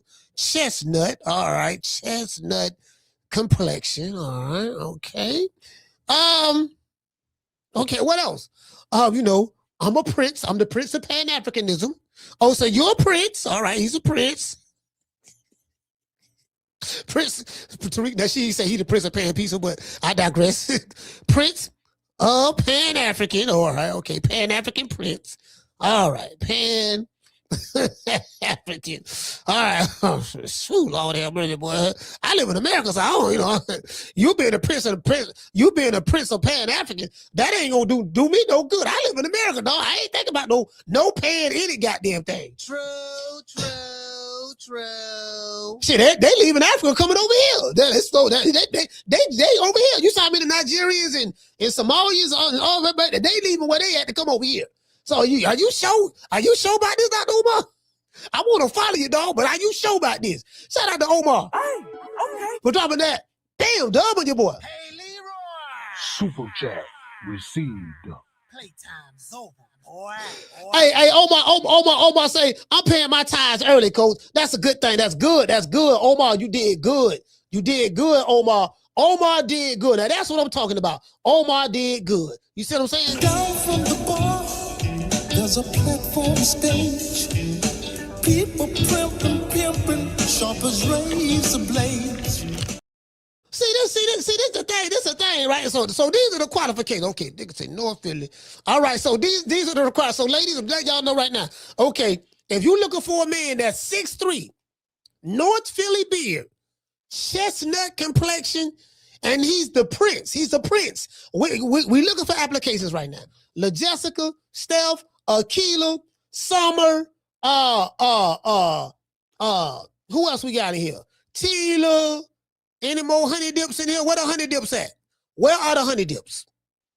I want y'all hiding now. Don't be hiding now. It's time to step up to the plate. Don't be hiding. It's time to step up. Where are the dips? Where the dips at? Where the dips? Where the dips? The tenderonis? Where the dips and the tenderonis at? That's what we looking for right now. Where y'all at? It's time to step up. You get what I'm saying? Some of you women, y'all got money. And you're being tight. You get what I'm saying? I'm giving you an opportunity. I'm giving you an opportunity that, you know what I mean? To have the date of your dreams. I ain't got to do this. I got other stuff I can be doing. I'm looking out for y'all. And by the way, ladies, and I'm telling you the God's honest truth. By the way, ladies, I'm telling you the God's honest truth. By the way, ladies, I'm telling you the God's honest truth. I had a dream. And spirit confirmed to me in the dream that I'm supposed to have 2 wives. And since it came to me in my dream, it is official and it is authentic. It was approved by the heavens.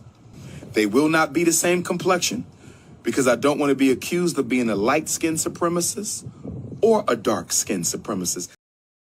Hey, look, between Dr. Umar and these pastors at the church, boy, they got to be stopped, fam. The man talking about something, I need to see y'all tax returns because I'm tired of y'all. Hold on, what he said? Boy, this a hell of a nigga here, boy. This is a hell of a nigga. Boy, for you to say that, oh, this shit, right? Oh, this nigga. Oh, this nigga. Oh, I got to show y'all this here. Oh, look at that mom. My son. Nigga laying there like he got that mouth half open. Boy, this shit. Niggas wanted to kill me and y'all still with them. Niggas wanted to kill me. Y'all chill with them. And y'all wonder why He's sitting there. We not friends. Best thing I could do is not be. My son was on his deathbed. Deal with you when I could destroy you. That takes some fucking discipline. Man, my whole feel is a motherfucker, man. I could send a team to come. This isn't something to take lightly, senior. I'm not trying to play no games. I got love for y'all and looking out. But they spike your son.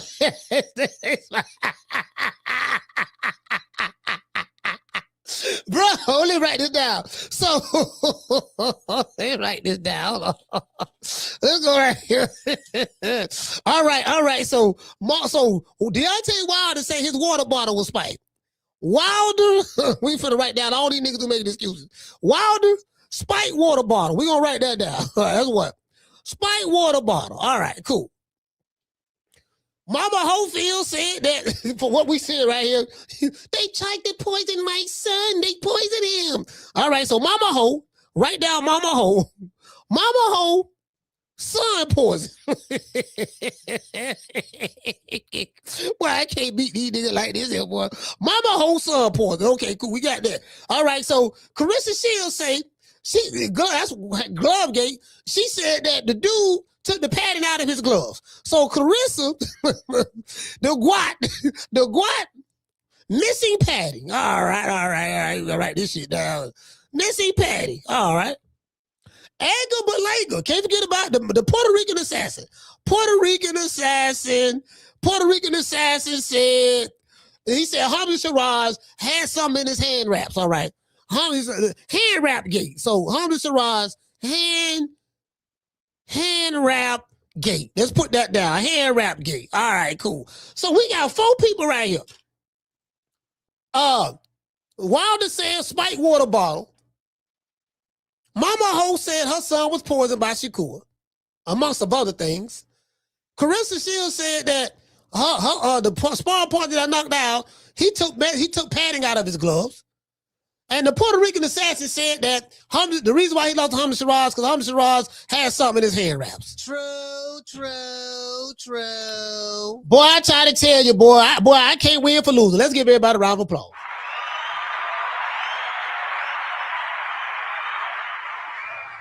Well, I tell you, listen. There's an old saying, right? I don't know if you got this for the younger guys that's listening to this, right? There's an old saying. You can go from failure to success, but you can't go from excuses to success. I'm gonna repeat that. You can go from failure to success, but you can't go from excuses to success. It's impossible. The one who makes excuses for everything will never be successful. I'm not saying that if you got money and you making excuses and then, I'm saying as it relates to that particular situation, if you lost the fight and you genuinely lost that fight, nothing nefarious went on, you making shit up doesn't change the fact that you got your ass whooped. I don't care how many times you tell yourself you didn't get your ass whooped. I don't care how many times you say it. It doesn't change the fact that you got your ass whooped. And so when you are a narcissist, a serial narcissist, it's very hard for the narcissist, especially a narcissist with a huge ego. Most narcissists have huge egos. It's hard for you to accept anything other than what you want to believe, even if what you're believing is false. I have to take a strong glass of copium in order for me to cope with the reality of the situation.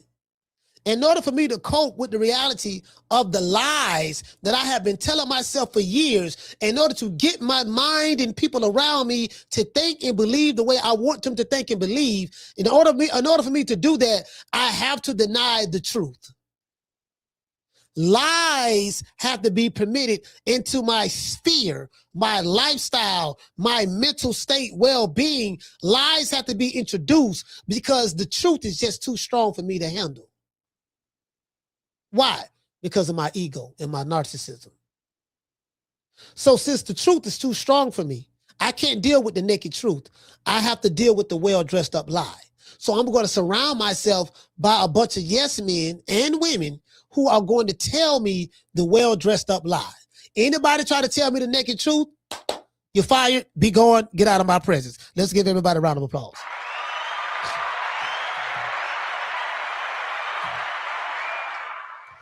Yeah, I mean that's pretty much it. That's pretty much how it goes. You dig? I want to thank the whole hood who came out here. I love y'all. I did this for the hood. Y'all know I beat that boy. Bro, they can't even explain it.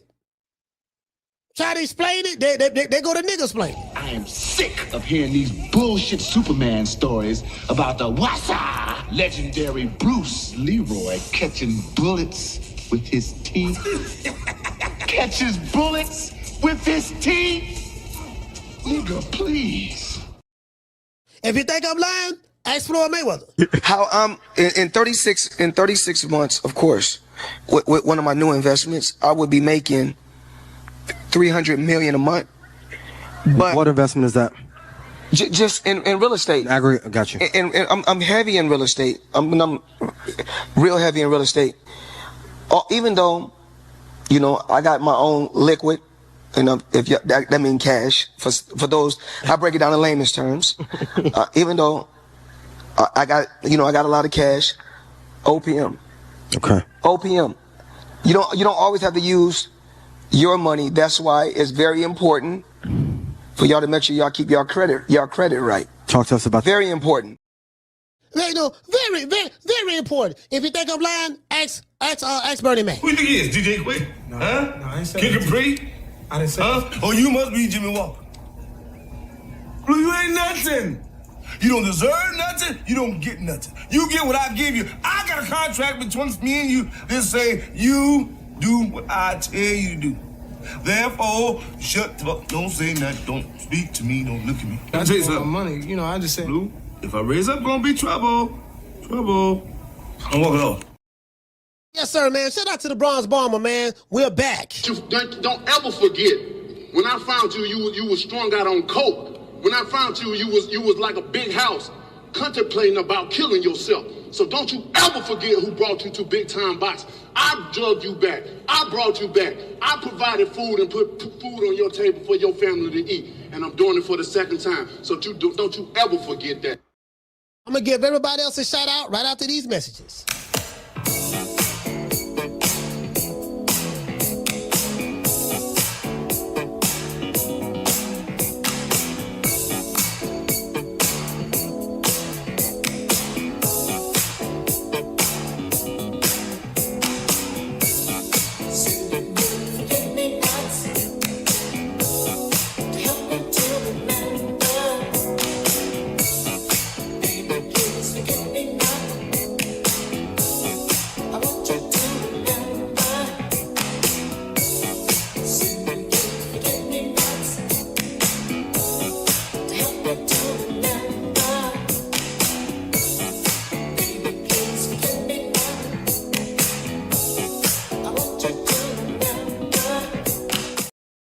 Hey, man, shout out to Mr. Tomato Can. The one, Mr. Ham. Hitman 42. The lovely Aquila. Shout out to Tila. La Jessica. Summer in November. Shout out to 8B. Hollow Davis. Just So Sick. Let's see, we got Hitman 42. We got AB. We got Bishop Bullwinkle. Sonny Augustine. Green Eyes P. Shout out to Omar Williams. Hollow Davis. Shout out to Checky. Who else we got in the building, man? So shout out to Checky. Shout out to Dr. Mario. Mr. Tomato Can. Shout out to who else we got in the building? Shout out to Curtis Ross. Who else we got? We got Curtis. We got Tony. We got Tony Montana. G5 from the Bronx. Let's see who else we got. We got Aquila in the building. We got Clinton. Clinton, what the lick read? Jamie from New York. Let's see. We got Troy from Baltimore. We got Reese from Oakland. Yeah, man. We got Chucky from Louisiana. Let's see who else we got. We got the lovely Miss Steph Jackson if you're nasty. You know what I mean? No, she say, no, my first name ain't baby. It's Janet. Miss Jackson if you're nasty. I was like, okay. All right, Janet. No, my first name ain't baby. It's Janet. You know how dude be out. You try to holler at a little honey deal. Hey, baby, what's your name? How you doing? Well, first of all, my name ain't baby. Second of all, I'm doing fine. Third of all, I ain't trying to talk to you. And then when they go to a singles retreat, 1,000 women at a church, and there's 4 men there, then, oh man, I don't know why these men ain't here. Why these men ain't here don't want to talk to us? Well, first of all, every time a man try to talk to you, you give me a nasty attitude. You tell him you don't need a man for nothing. Why you coming to talking to me? Get out my face. And then so when the man stop talking to you, don't want to come in your face and try to holler at you, show no interest in you, then you want to complain about that. God damn, boy, I can't beat you like that. I can't beat you like that. Shout out to Dorian. Hey, okay. Shout out to doggone Daniel. Hey. Okay. You see what I'm saying? It is what it is, man. I'm just trying to figure out. Shout out to the Wood. Shout out to the Wood. What's your name? What's your name is, fam? Woody? Oh, yeah. Shout out to the Woo World. The Woo World. Salute to you, fam. Woo. Woo with the Lee Reed. Hey, okay. I'm going to holler at y'all, man. Hey, we going live tomorrow night, man. We got a fight party tomorrow. They supposed to be throwing the hands tomorrow. Y'all be on the lookout. If they throwing some hands, we going to be there to watch. You dig? I catch you guys on the next one. You know my motto. Don't meet me there, beat me there. Peace. Man, I'm out of here, bro. Let's go. Man, I'm out of here, bro. Let's go.